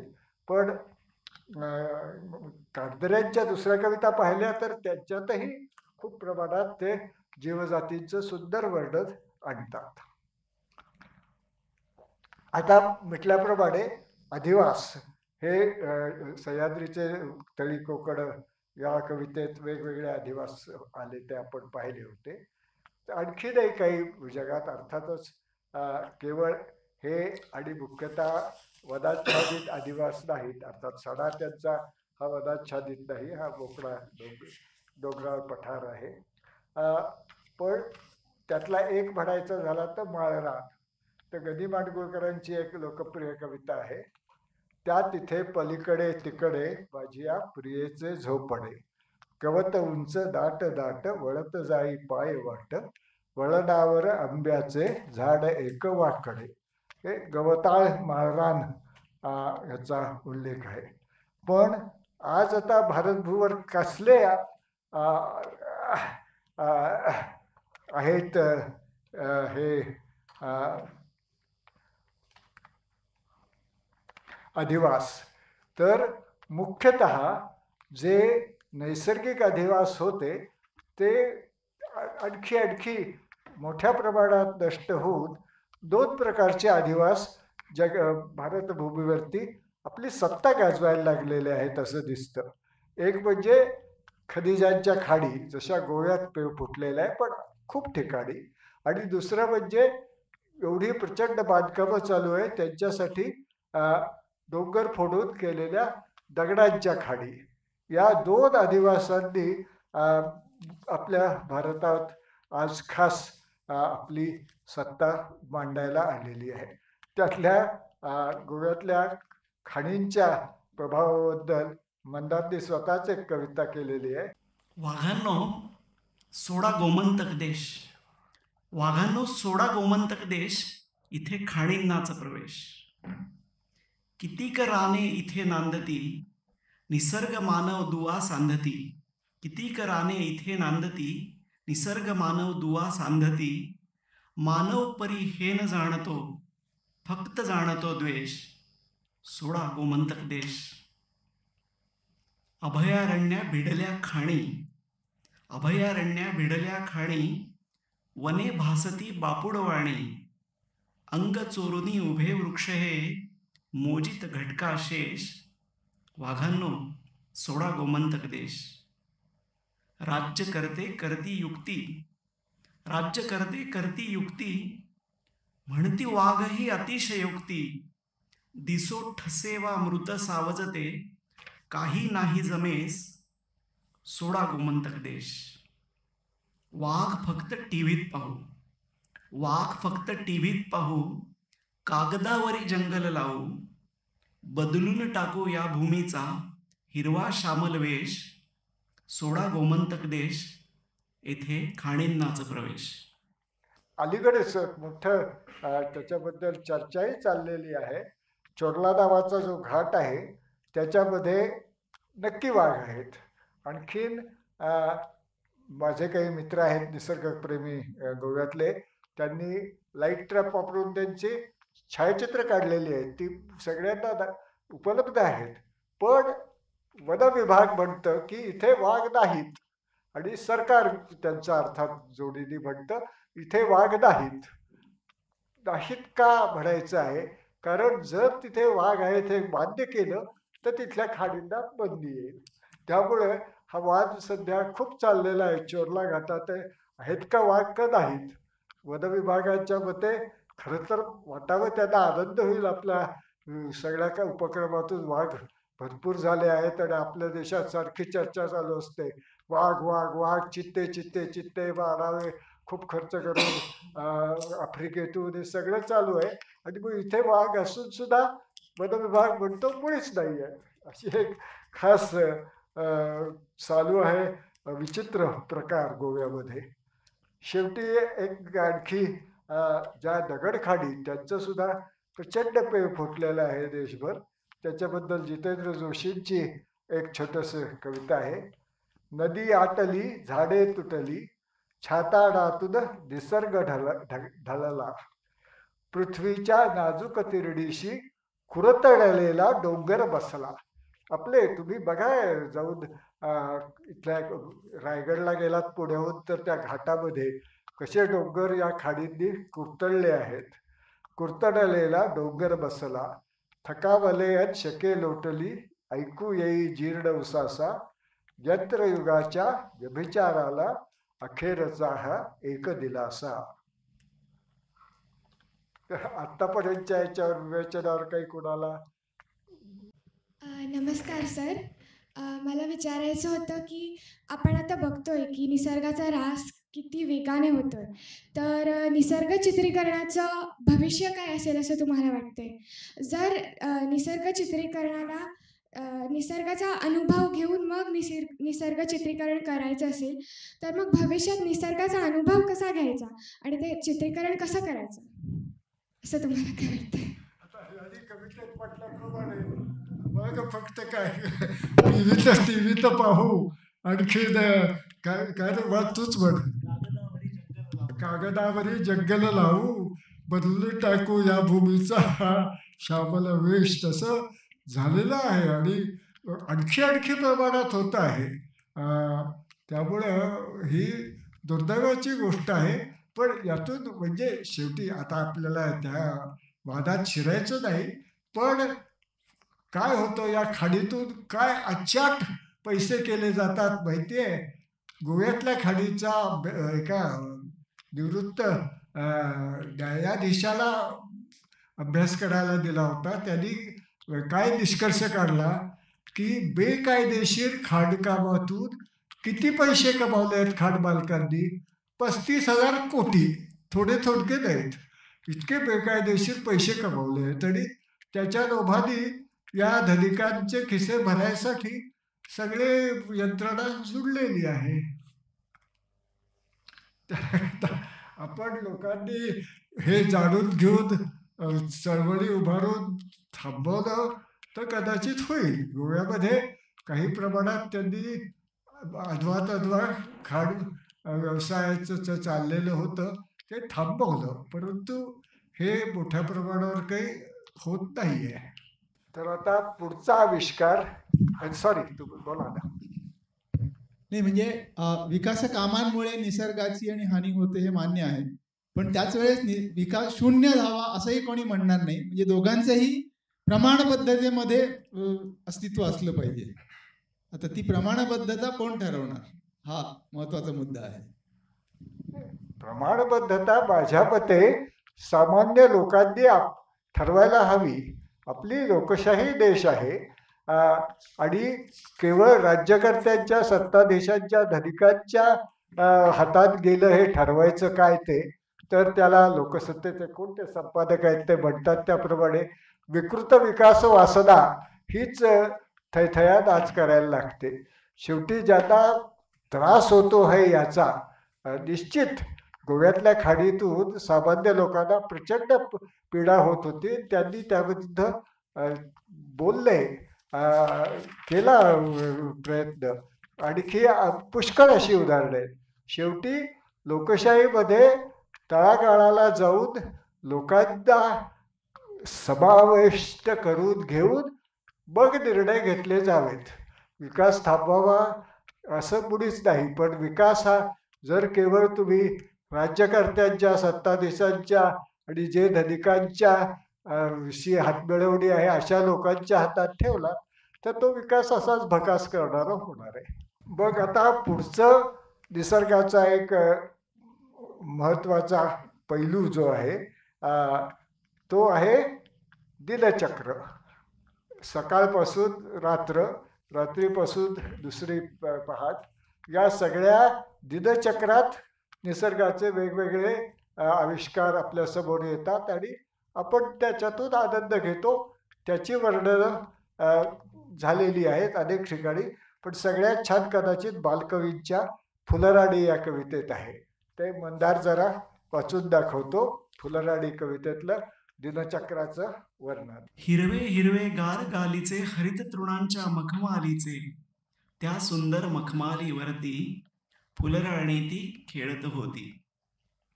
पुरा विनोदी संध्या वात, डोल डोलवी हिरवे शेत, तोच एकदा हसत आला, चुंबून म्हणला फुलराणीला, तो रविकर का गोजीरवाणा, आवडला आमच्या राणींना. या कुंजातून त्या कुंजातून इवल्याशा त्या दिवट्या लावून, मध्यरात्रीच्या निवांत समयी खेळ खेळते ही वनदेवी. स्वरभूमीचा जुळवीत हात, नाच नाचतो प्रभातवात, खेळून दमल्या त्या ग्रहमाला, हळूहळू लागली लपावयाला. आकाशी चंडोल चालला, वांग निश्चय करावयाला, हे थाटाचे लग्न कुणाचे, साध्या भोळ्या फुलराणीचे. नवरदेव सोनेरी रविकर, नवरी ही फुलराणी सुंदर, लग्न लागले सावध सारे, सावध पक्षी सावध वारे, दवमय हा अंतपट फिरला, भेटे रविकर फुलराणीला. दुसरा जो निसर्गाच्या वर्षभरात होणाऱ्या बदलांबद्दल आपण सगळे संवेदनशील आहोत आणि ज्याच्याबद्दल पुष्कळ वेगवेगळी वर्णनं केली गेलेली आहेत. कालिदासांनी ऋतुसंहार नावाच्या एका काव्यरचनेत या 6ही ऋतूंबद्दल सुंदर वेगवेगळे श्लोक मांडलेले आहेत. त्याचे मराठीही भाषांतर ऋतुसंहाराचं उपलब्ध आहे. मी आता त्याच्यात जात नाही, परंतु वसंत, नंतर ग्रीष्म,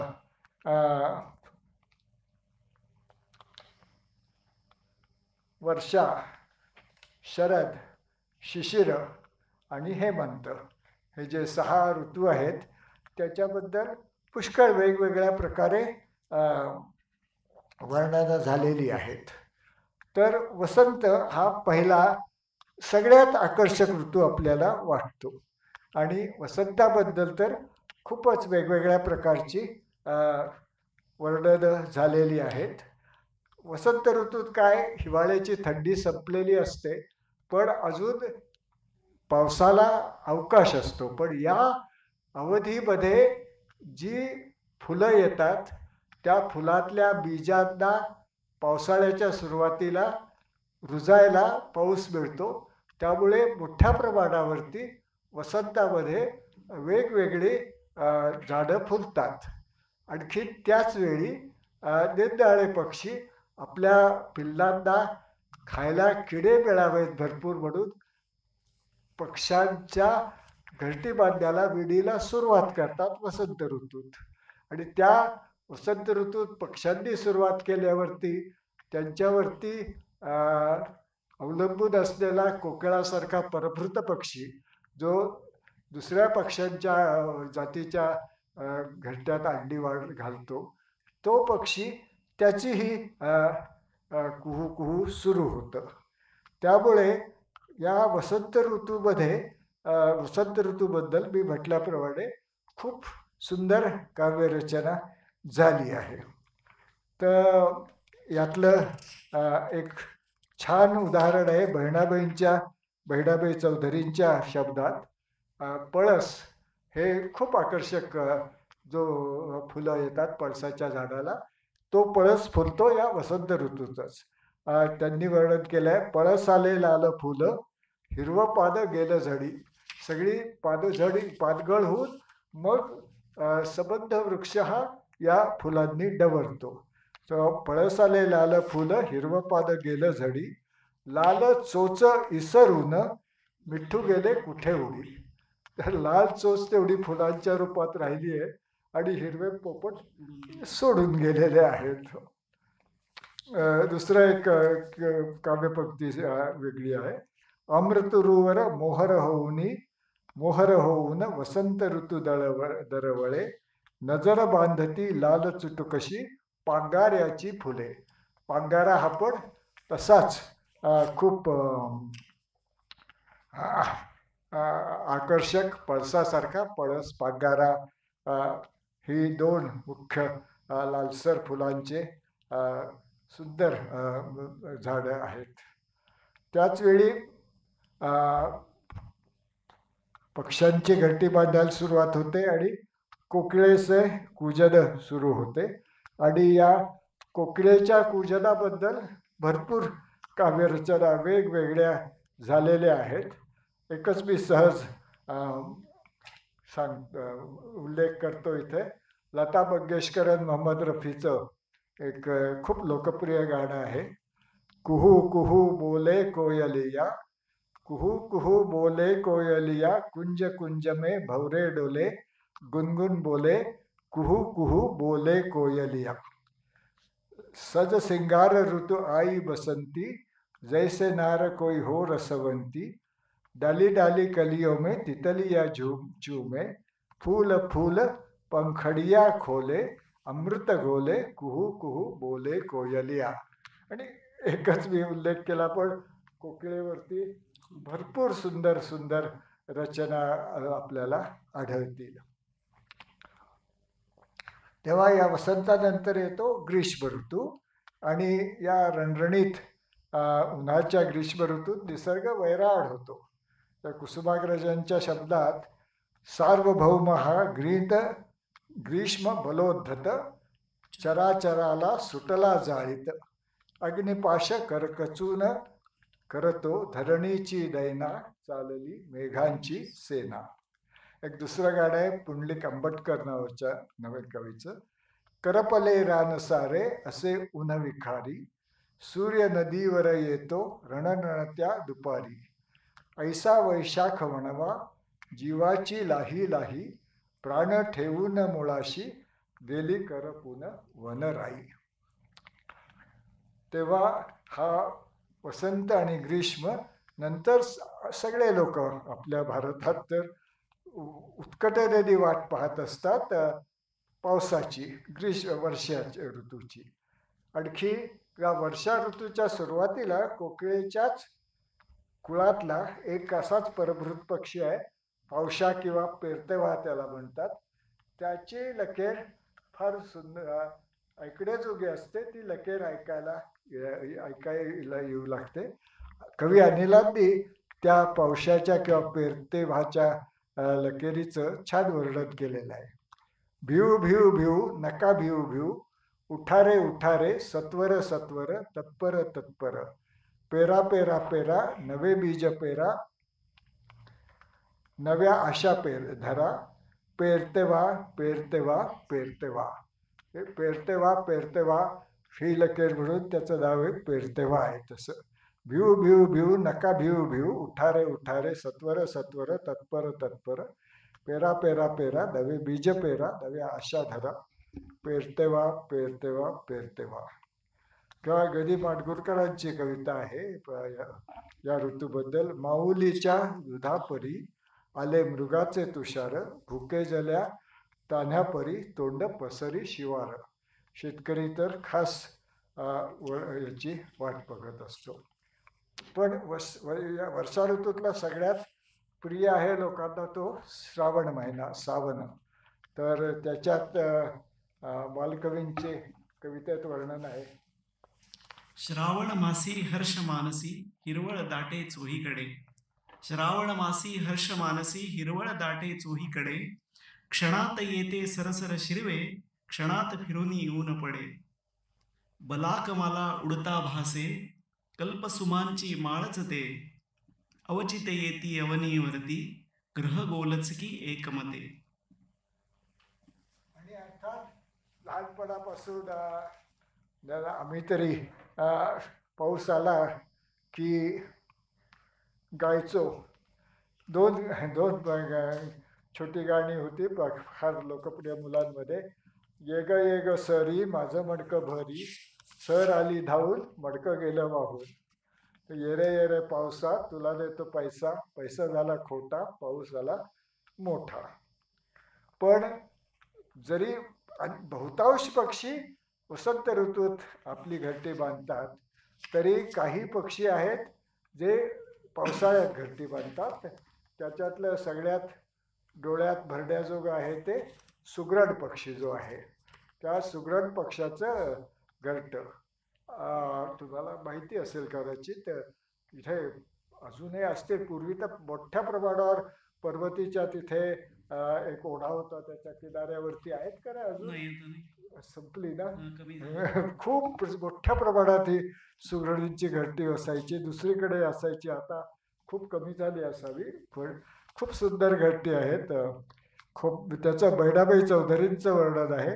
खोप्यामध्ये खोपा सुगर अडीचा चांगला देखा पिलासाठी तिनं झोका झाडाले टांगला. खोपा इनला इनला जसा गिलक्याचा घोसा पाखराची कारागिरी जरा देखरे माणसा. मग वर्षा ऋतूनंतर आला तो शरद ऋतू. तर हा खूपच प्रसिद्ध ऋतू असतो. आता सध्या शरद ऋतूचा आहे नाही का. तर कवी अनिल याच्याबद्दल गातात. आभाळ निळेनी ढग पांढरे हवेत हवेत आला थोडा गारवा. कोवळी सकाळ वन मोकळी धरा तळी रंग एक हिरवा. साचून राहिल्या गढूळ पाण्याची हळूहळू झाली निर्मळ जळे. काठावर उभ्या राहून बाभळी वाकून पाहती रूप सावळे. आणि शरद ऋतूवरती हिंदी भाषेत खूप सुंदर कविता आहेत. त्यातली एक प्रीती अजेलांची कविता मंदार गातोय. नवल रूप बिखरा है धरा पर. नवल रूप बिखरा है धरा पर आज शरद ऋतु आई है. उदय भास्कर हुआ गगन पर स्वर्ण किरण लहराई है. सरवर का शीतल जल छूकर मलय समीरण आई है. कलरव मधुर मधुर चिड़ियों का पड़ने लगा सुनाई है. मौसम के संग उपवन में भी नूतन रंगत आई है. खेतों में पीली सरसों भी फूली है इठराई है. श्वेत सुगंधित सेवंती ने छटा नई बिखराई है. मुदित हुए सब जन मौसम में बड़ी खुमारी छाई है. बड़ी खुमारी छाई है. त्यानंतर येतो पानगळीचा शिशिर ऋतू. बासे मर्ढेकरांनी अनेक कविता संग्रह त्यांचे आहेत प्रसिद्ध. त्यातला पहिला कविता संग्रह त्यांचा पहिल्या कविता संग्रहाचं नावच होतं शिशिरागम. आणि त्यातली पहिलीच कविता आहे शिशिर तुझ्या पुनरागमे एक एक पान गळावया. नकळे मज येतसे उगीच का रडावया. पानात जी निजली इथे इवली सुकोमर पाखरे. जातील सांग आता कुठे निष्पर्ण झाडीत कापरे. किंवा काव्यचकोरांची एक शिशिराबद्दलची कविता आहे. धोक्याच्या दुलईला मोत्यांची नक्षी. चारा वेचण्या निघाले पक्षी. बोलक्या थंडीला शेकोटी साक्षी. शिशिर सोहळा साठवावा अक्षी.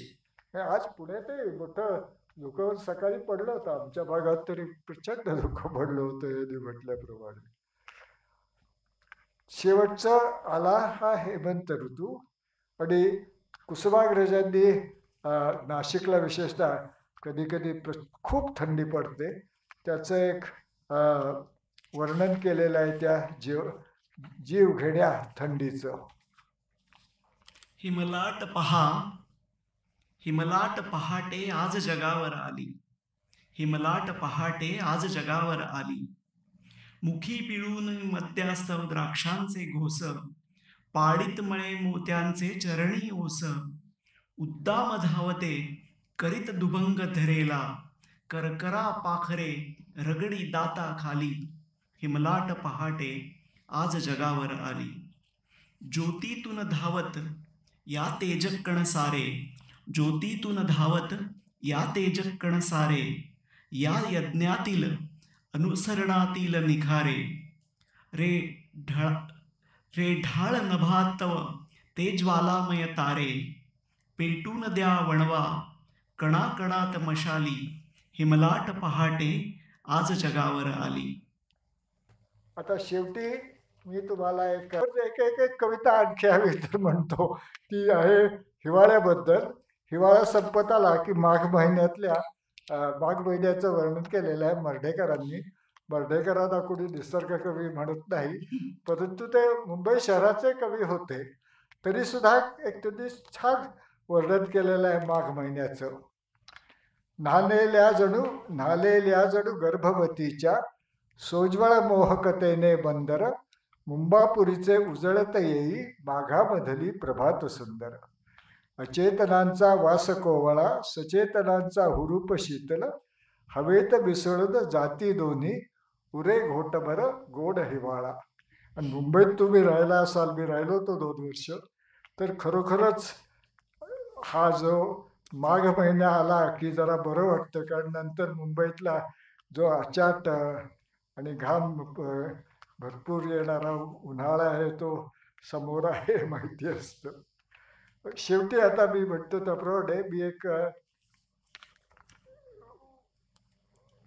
सुरुवातीला सांगितल्याप्रमाणे आपल्याला हे जे जीवसृष्टीत आणि मनुष्यसृष्टीतही, कारण मनुष्य हा जीवसृष्टीचाच एक परिपाक आहे, अचानक काय जे पाहायला मिळतं ते सगळं शेवटी उत्क्रांतीचा परिपाक आहे. त्यामुळे उत्क्रांतीच्या ओघात काय झालं हे समजावून घेतलं की आपल्याला निसर्गात जीवसृष्टीत काय होतं ते समजून घ्यायला खूप खूप छान आकलन वाढतं आणि त्यातून आनंद मिळतो. आणि असाच एक म्हणजे अनुभव मला आला की अचानक अनपेक्षित आणि सुंदर मला पाहायला मिळालं मुंबईमध्ये. आणि तो अवर्णनीय आनंद मुंबईला कुठे मिळाला तर एक बघण्याजोगी होती ही जागा. तुम्ही जर केनियासारख्या देशात गेलात तर तुम्हाला तिथे पीतज्वराचा प्रादुर्भाव आहे, येलो फीवर, तर त्याचं लस टोचून जायला पाहिजे. तर मी गेलो होतो केनियाला आणि लस टोचून घ्यायची राहिली होती. तर मी परत आलो तेव्हा मला त्या अधिकाऱ्यांनी विमानतळावर पकडलं आणि म्हणाला, तू लस टोचली नाहीस तर तुला आता 1 आठवडा आमचं एक घर आहे ज्याच्यात असे लस न टोचलेले लोकांना आम्ही ठेवतो, तर तुला 1 आठवडा त्या घरात आता बंदिवासात राहायला लागेल. मी म्हटलं हरकत नाही, मी चूक केली आणि माझ्या हातून येलो फीवर देशात न पसरला पाहिजे हे योग्यच आहे, तर मी राहतो तिथे, काय आहे. तो मग हळूच म्हटला की नाही तू थोडी लाच दिलीस तर तुला सोडून देतो. मी म्हटलं हे बघ, हे मला मुळीच मान्य नाही. म्हणजे एकतर लचलुचपत करायलाही मला आवडत नाही आणि मुख्य म्हणजे हा खरं चुकीची गोष्ट होईल फार. मी राहील. आणि मी गेलो आणि फारच छान होतं. कारण ते जे एक घर होतं त्याच्या भोवती जवळजवळ 3-3.5 एकर आवार होतं आणि त्या आवारात खूप सुंदर झाडं होती. मुख्यतः काटेसावरी होत्या. त्या दिवसात हा माघ महिनाच होता. काटेसावरी खूप फुललेल्या होत्या. त्याच्यावर निरनिराळ्या काटेसावरीवर तुम्ही पाहिलं तर खूप पक्षी येतात. ते पक्षी येत होते आणि आजूबाजूला फुलझाडं होती, फुलपाखरं होती. ही सगळी खूप मजा होती. मी आठवडाभर तिथे होतो. मला काही काळजी नव्हती. माझ्याकडे काही पुस्तकं वाचायला होती, काही लिहायचं काम होतं आणि मग हिंडायचो त्या बागेत. तर एक दिवस मी तिसऱ्या दिवशी मला आठवतंय आठवड्याभरातल्या हिंडत होतो. आणखीन मला समोर काय दिसलं तर 2 फुलपाखरं ती एकमेकांभोवती गिरगिर करत खालीवर करत होती. ते उघड होतं की हे प्रीतिनृत्य होतं. कुठल्या तरी फुलपाखरांच्या नर आणि मादींचं हे मिलनापूर्वीचं नृत्य होतं. मग ते नृत्य पाहायला लागल्यावर असं चमत्कार दिसला की एक त्या फुलपाखरातलं काळ्या रंगाचं आणि त्याच्यावर पांढरे ठिपके असलेले होतं फुलपाखरू आणि दुसरं खूप जास्त आकर्षक दिसणारं पिवळट लालसर रंगाचं काळे पट्टे असलेले दुसरं फुलपाखरू होतं. काय होतं मग माझ्या लक्षात आलं, मला माहिती आहे बऱ्याच गोष्टींची अशा, की हा होता काळा चांदवा किंवा ते ब्लॅक आय फ्लाय असं काहीतरी इंग्रजी नाव आहे. मराठीत त्याला काळा चांदवा म्हटलेला आहे. तो काळा चांदवा होता. तर काळा चांदवा हा बिनविषारी आहे, परंतु फुलपाखरं जी सुंदर दिसतात त्यात 2 प्रकारची खास सुंदर फुलपाखरं आहेत. एक म्हणजे विषारी फुलपाखरं असतात. ती त्यांच्यावर त्यांचे रंग भरपूर आकर्षक असतात आणि पक्षी सरडे त्यांचे जे नेहमीचे शत्रू आहेत त्यांच्या हे लक्षात येतं आणि ते ह्या विषारी फुलपाखरांच्या वाटेला जात नाहीत. पण दुसरी एक प्रकारची फुलपाखरं आहेत ती आहेत मायावी फुलपाखरं. म्हणजे ती विषारी नाहीत पण विषारी असल्याचं नाटक करतात. तसा हा काळा चांदवा आहे. त्याची मादी ही दुसरं एक विषारी फुलपाखरू आहे स्ट्राईप टायगर नावाचं. त्याची नक्कल करते आणि त्यामुळे मी म्हटल्याप्रमाणे एक तो काळा पांढरे ठिपके असलेला होतं त्यातलं आणि दुसरं हे मोठं आकर्षक पट्टेवालं काळे पट्टेवालं पिवळट रंगाचं फुलपाखरू होतं. ती मादी ही नक्कल केलेली आहे. पण नरादी ही सुद्धा जर नक्कल केली तर मग खूप गोंधळ उडेल, कारण मग मादी कदाचित दुसऱ्या जातीच्याच फुलपाखराच्या मागे लागेल. तर हे काही होता कामा नये. म्हणून या जातीमध्ये नर हा अनाकर्षक राहतो. काळा चांदवा मी म्हटलं तसा काळ्या रंगाचं पांढरे ठिपके असलेलं आणि मादी तेवढी खूप आकर्षक दिसते. तर हे सगळ्या डोक्यात माझ्यावर प्रकाश पडला तेव्हा मी खूप खुश झालो की कसं मला लक्षात आलेलं आहे. एरवी कुणालाच काही म्हणजे कळलं नसतं. जर तुम्हाला हे अशा पद्धतीची उत्क्रांतीच्या ओघात काय झालं हे माहिती नसती तर कळलं नसतं. तेव्हा मला आणखी एक आठवलं लहानपणी जे वाचून मी खूप खुश झालो होतो की जुलियन हक्सले नावाचे खूप चांगले जीवशास्त्रज्ञ आहेत.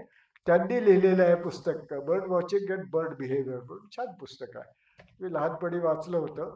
त्याच्यात त्यांनी म्हटलं होतं की एकदा का तुम्हाला जीवसृष्टीची जवळून ओळख झाली तर मग या जगात तुम्ही कुठेही असा तुमच्या अवतीभोवती मित्रमंडळी असतात. काही त्याबद्दल प्रश्न नाही. तसं झालं होतं. कारण तिथं माझ्याबरोबर कुणीच नव्हतं आठवडाभर.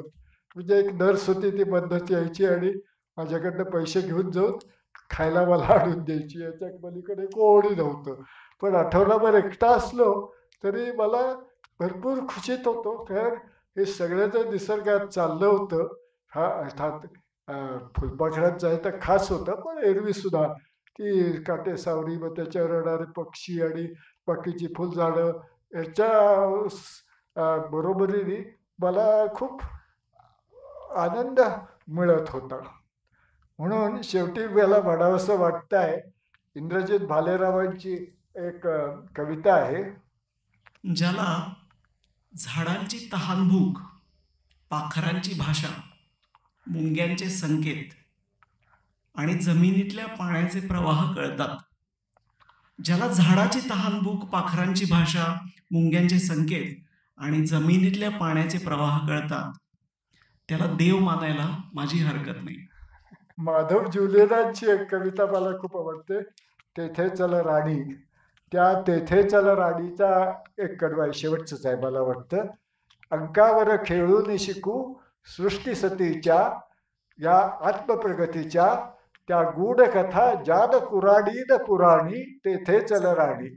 तर धार्मिक ग्रंथात, पुराणात नाही अशा सुद्धा जो सृष्टीसतीच्या अंकावर खेळून खुशीत राहतो त्याला आत्मप्रगतीचा मार्ग सापडतो.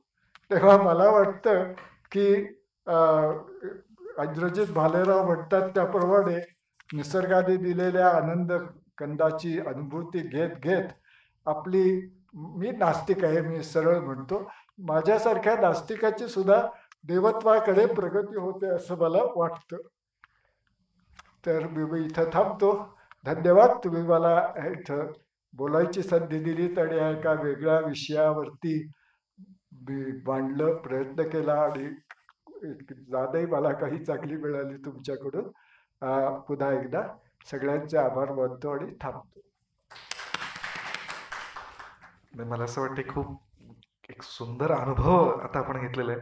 म्हणजे खरं तर जीवसृष्टीच्या उगमापासून आजपर्यंतचा विकास टप्प्याटप्प्याने सरांनी उलगडला आणि त्याच वेळेला तो होत असताना साहित्याची निर्मिती कशी होत गेली आणि या साहित्यात निसर्गाचं वर्णन कसं डोकावत राहत आलेलं आहे याचं अतिशय सरळ पण सूत्रबद्ध विवेचन सरांनी केलं. म्हणजे रघुवंश, कुमारसंभव, दासबोध आदी रचनांपासून त्यामध्ये दिसणारे स्थानिक निसर्ग वर्णन, पंचमहाभूतांचं साहित्यिक विवेचन, रूपरस, स्पर्शगंध आदी ऐंद्रिय अनुभवांवर आधारित, तसंच 6 ऋतूंचं विलोभनीय चित्रण करणाऱ्या अनेक भावविभोर कवितांमधून खरं तर मराठी साहित्य किती समृद्ध आहे याचा या मोरपंखी पिसारात सरांनी उलगडून दाखवला असं म्हणायला हरकत नाही. खरं तर निसर्ग या एकाच संज्ञेमध्ये सामावलेले हे इतके नानाविध घटक आणि त्यावर झालेली ही विपुल साहित्य निर्मिती किती विलक्षण आहे याची प्रचिती आपण सर्वांनाच आज आली आहे. मला तर वाटतं की आजचं व्याख्यान दुसरं तिसरं काही नसून एक सुमधुर रसास्वाद होता, एवढंच खरं. त्याचबरोबरीने मंदार सरांनी दिलेली काव्यवाचनाची साथ देखील व्याख्यानाच्या रूपबंधाला अधिक रंजक करणारी ठरली आहे, हे निश्चितच. त्यामुळे पुन्हा एकदा सरांचे आणि मंदार सरांचे खरंच मनपूर्वक आभार की आज आपण इथे आलात आणि इतकं रसाळ आणि सुमधुर व्याख्यान तुम्ही आमच्या समोर मांडलं. कार्यक्रमाच्या समारोपाकडे येताना मी पुन्हा एकदा परत प्राध्यापक अनिकेत पाटील यांना विनंती करतो की त्यांनी आभार प्रदर्शन करावं.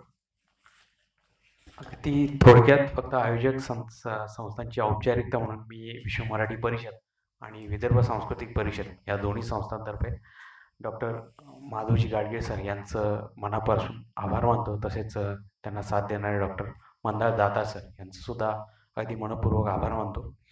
ऐनवेळी कार्यक्रमाचं थोडं तांत्रिक अडचणीमुळं सभागृह बदलावं लागलं, तर ऐनवेळी सभागृहसुद्धा उपलब्ध करून दिल्याबद्दल स्वातंत्र्यवीर सावरकर भवनाचे व्यवस्थापक चेतनजी यांचं सुद्धा मनापासून आभार मानतो.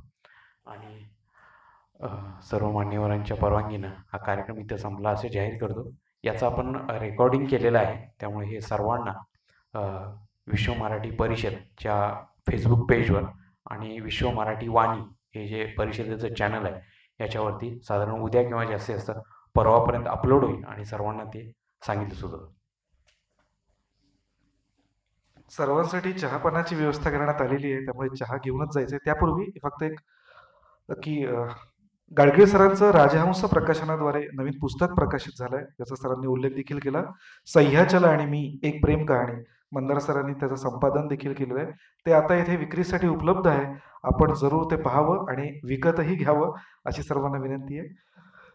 सर्वांनी चहापान करूनच सभागृह सोडायचंय. धन्यवाद. शुभरात्री.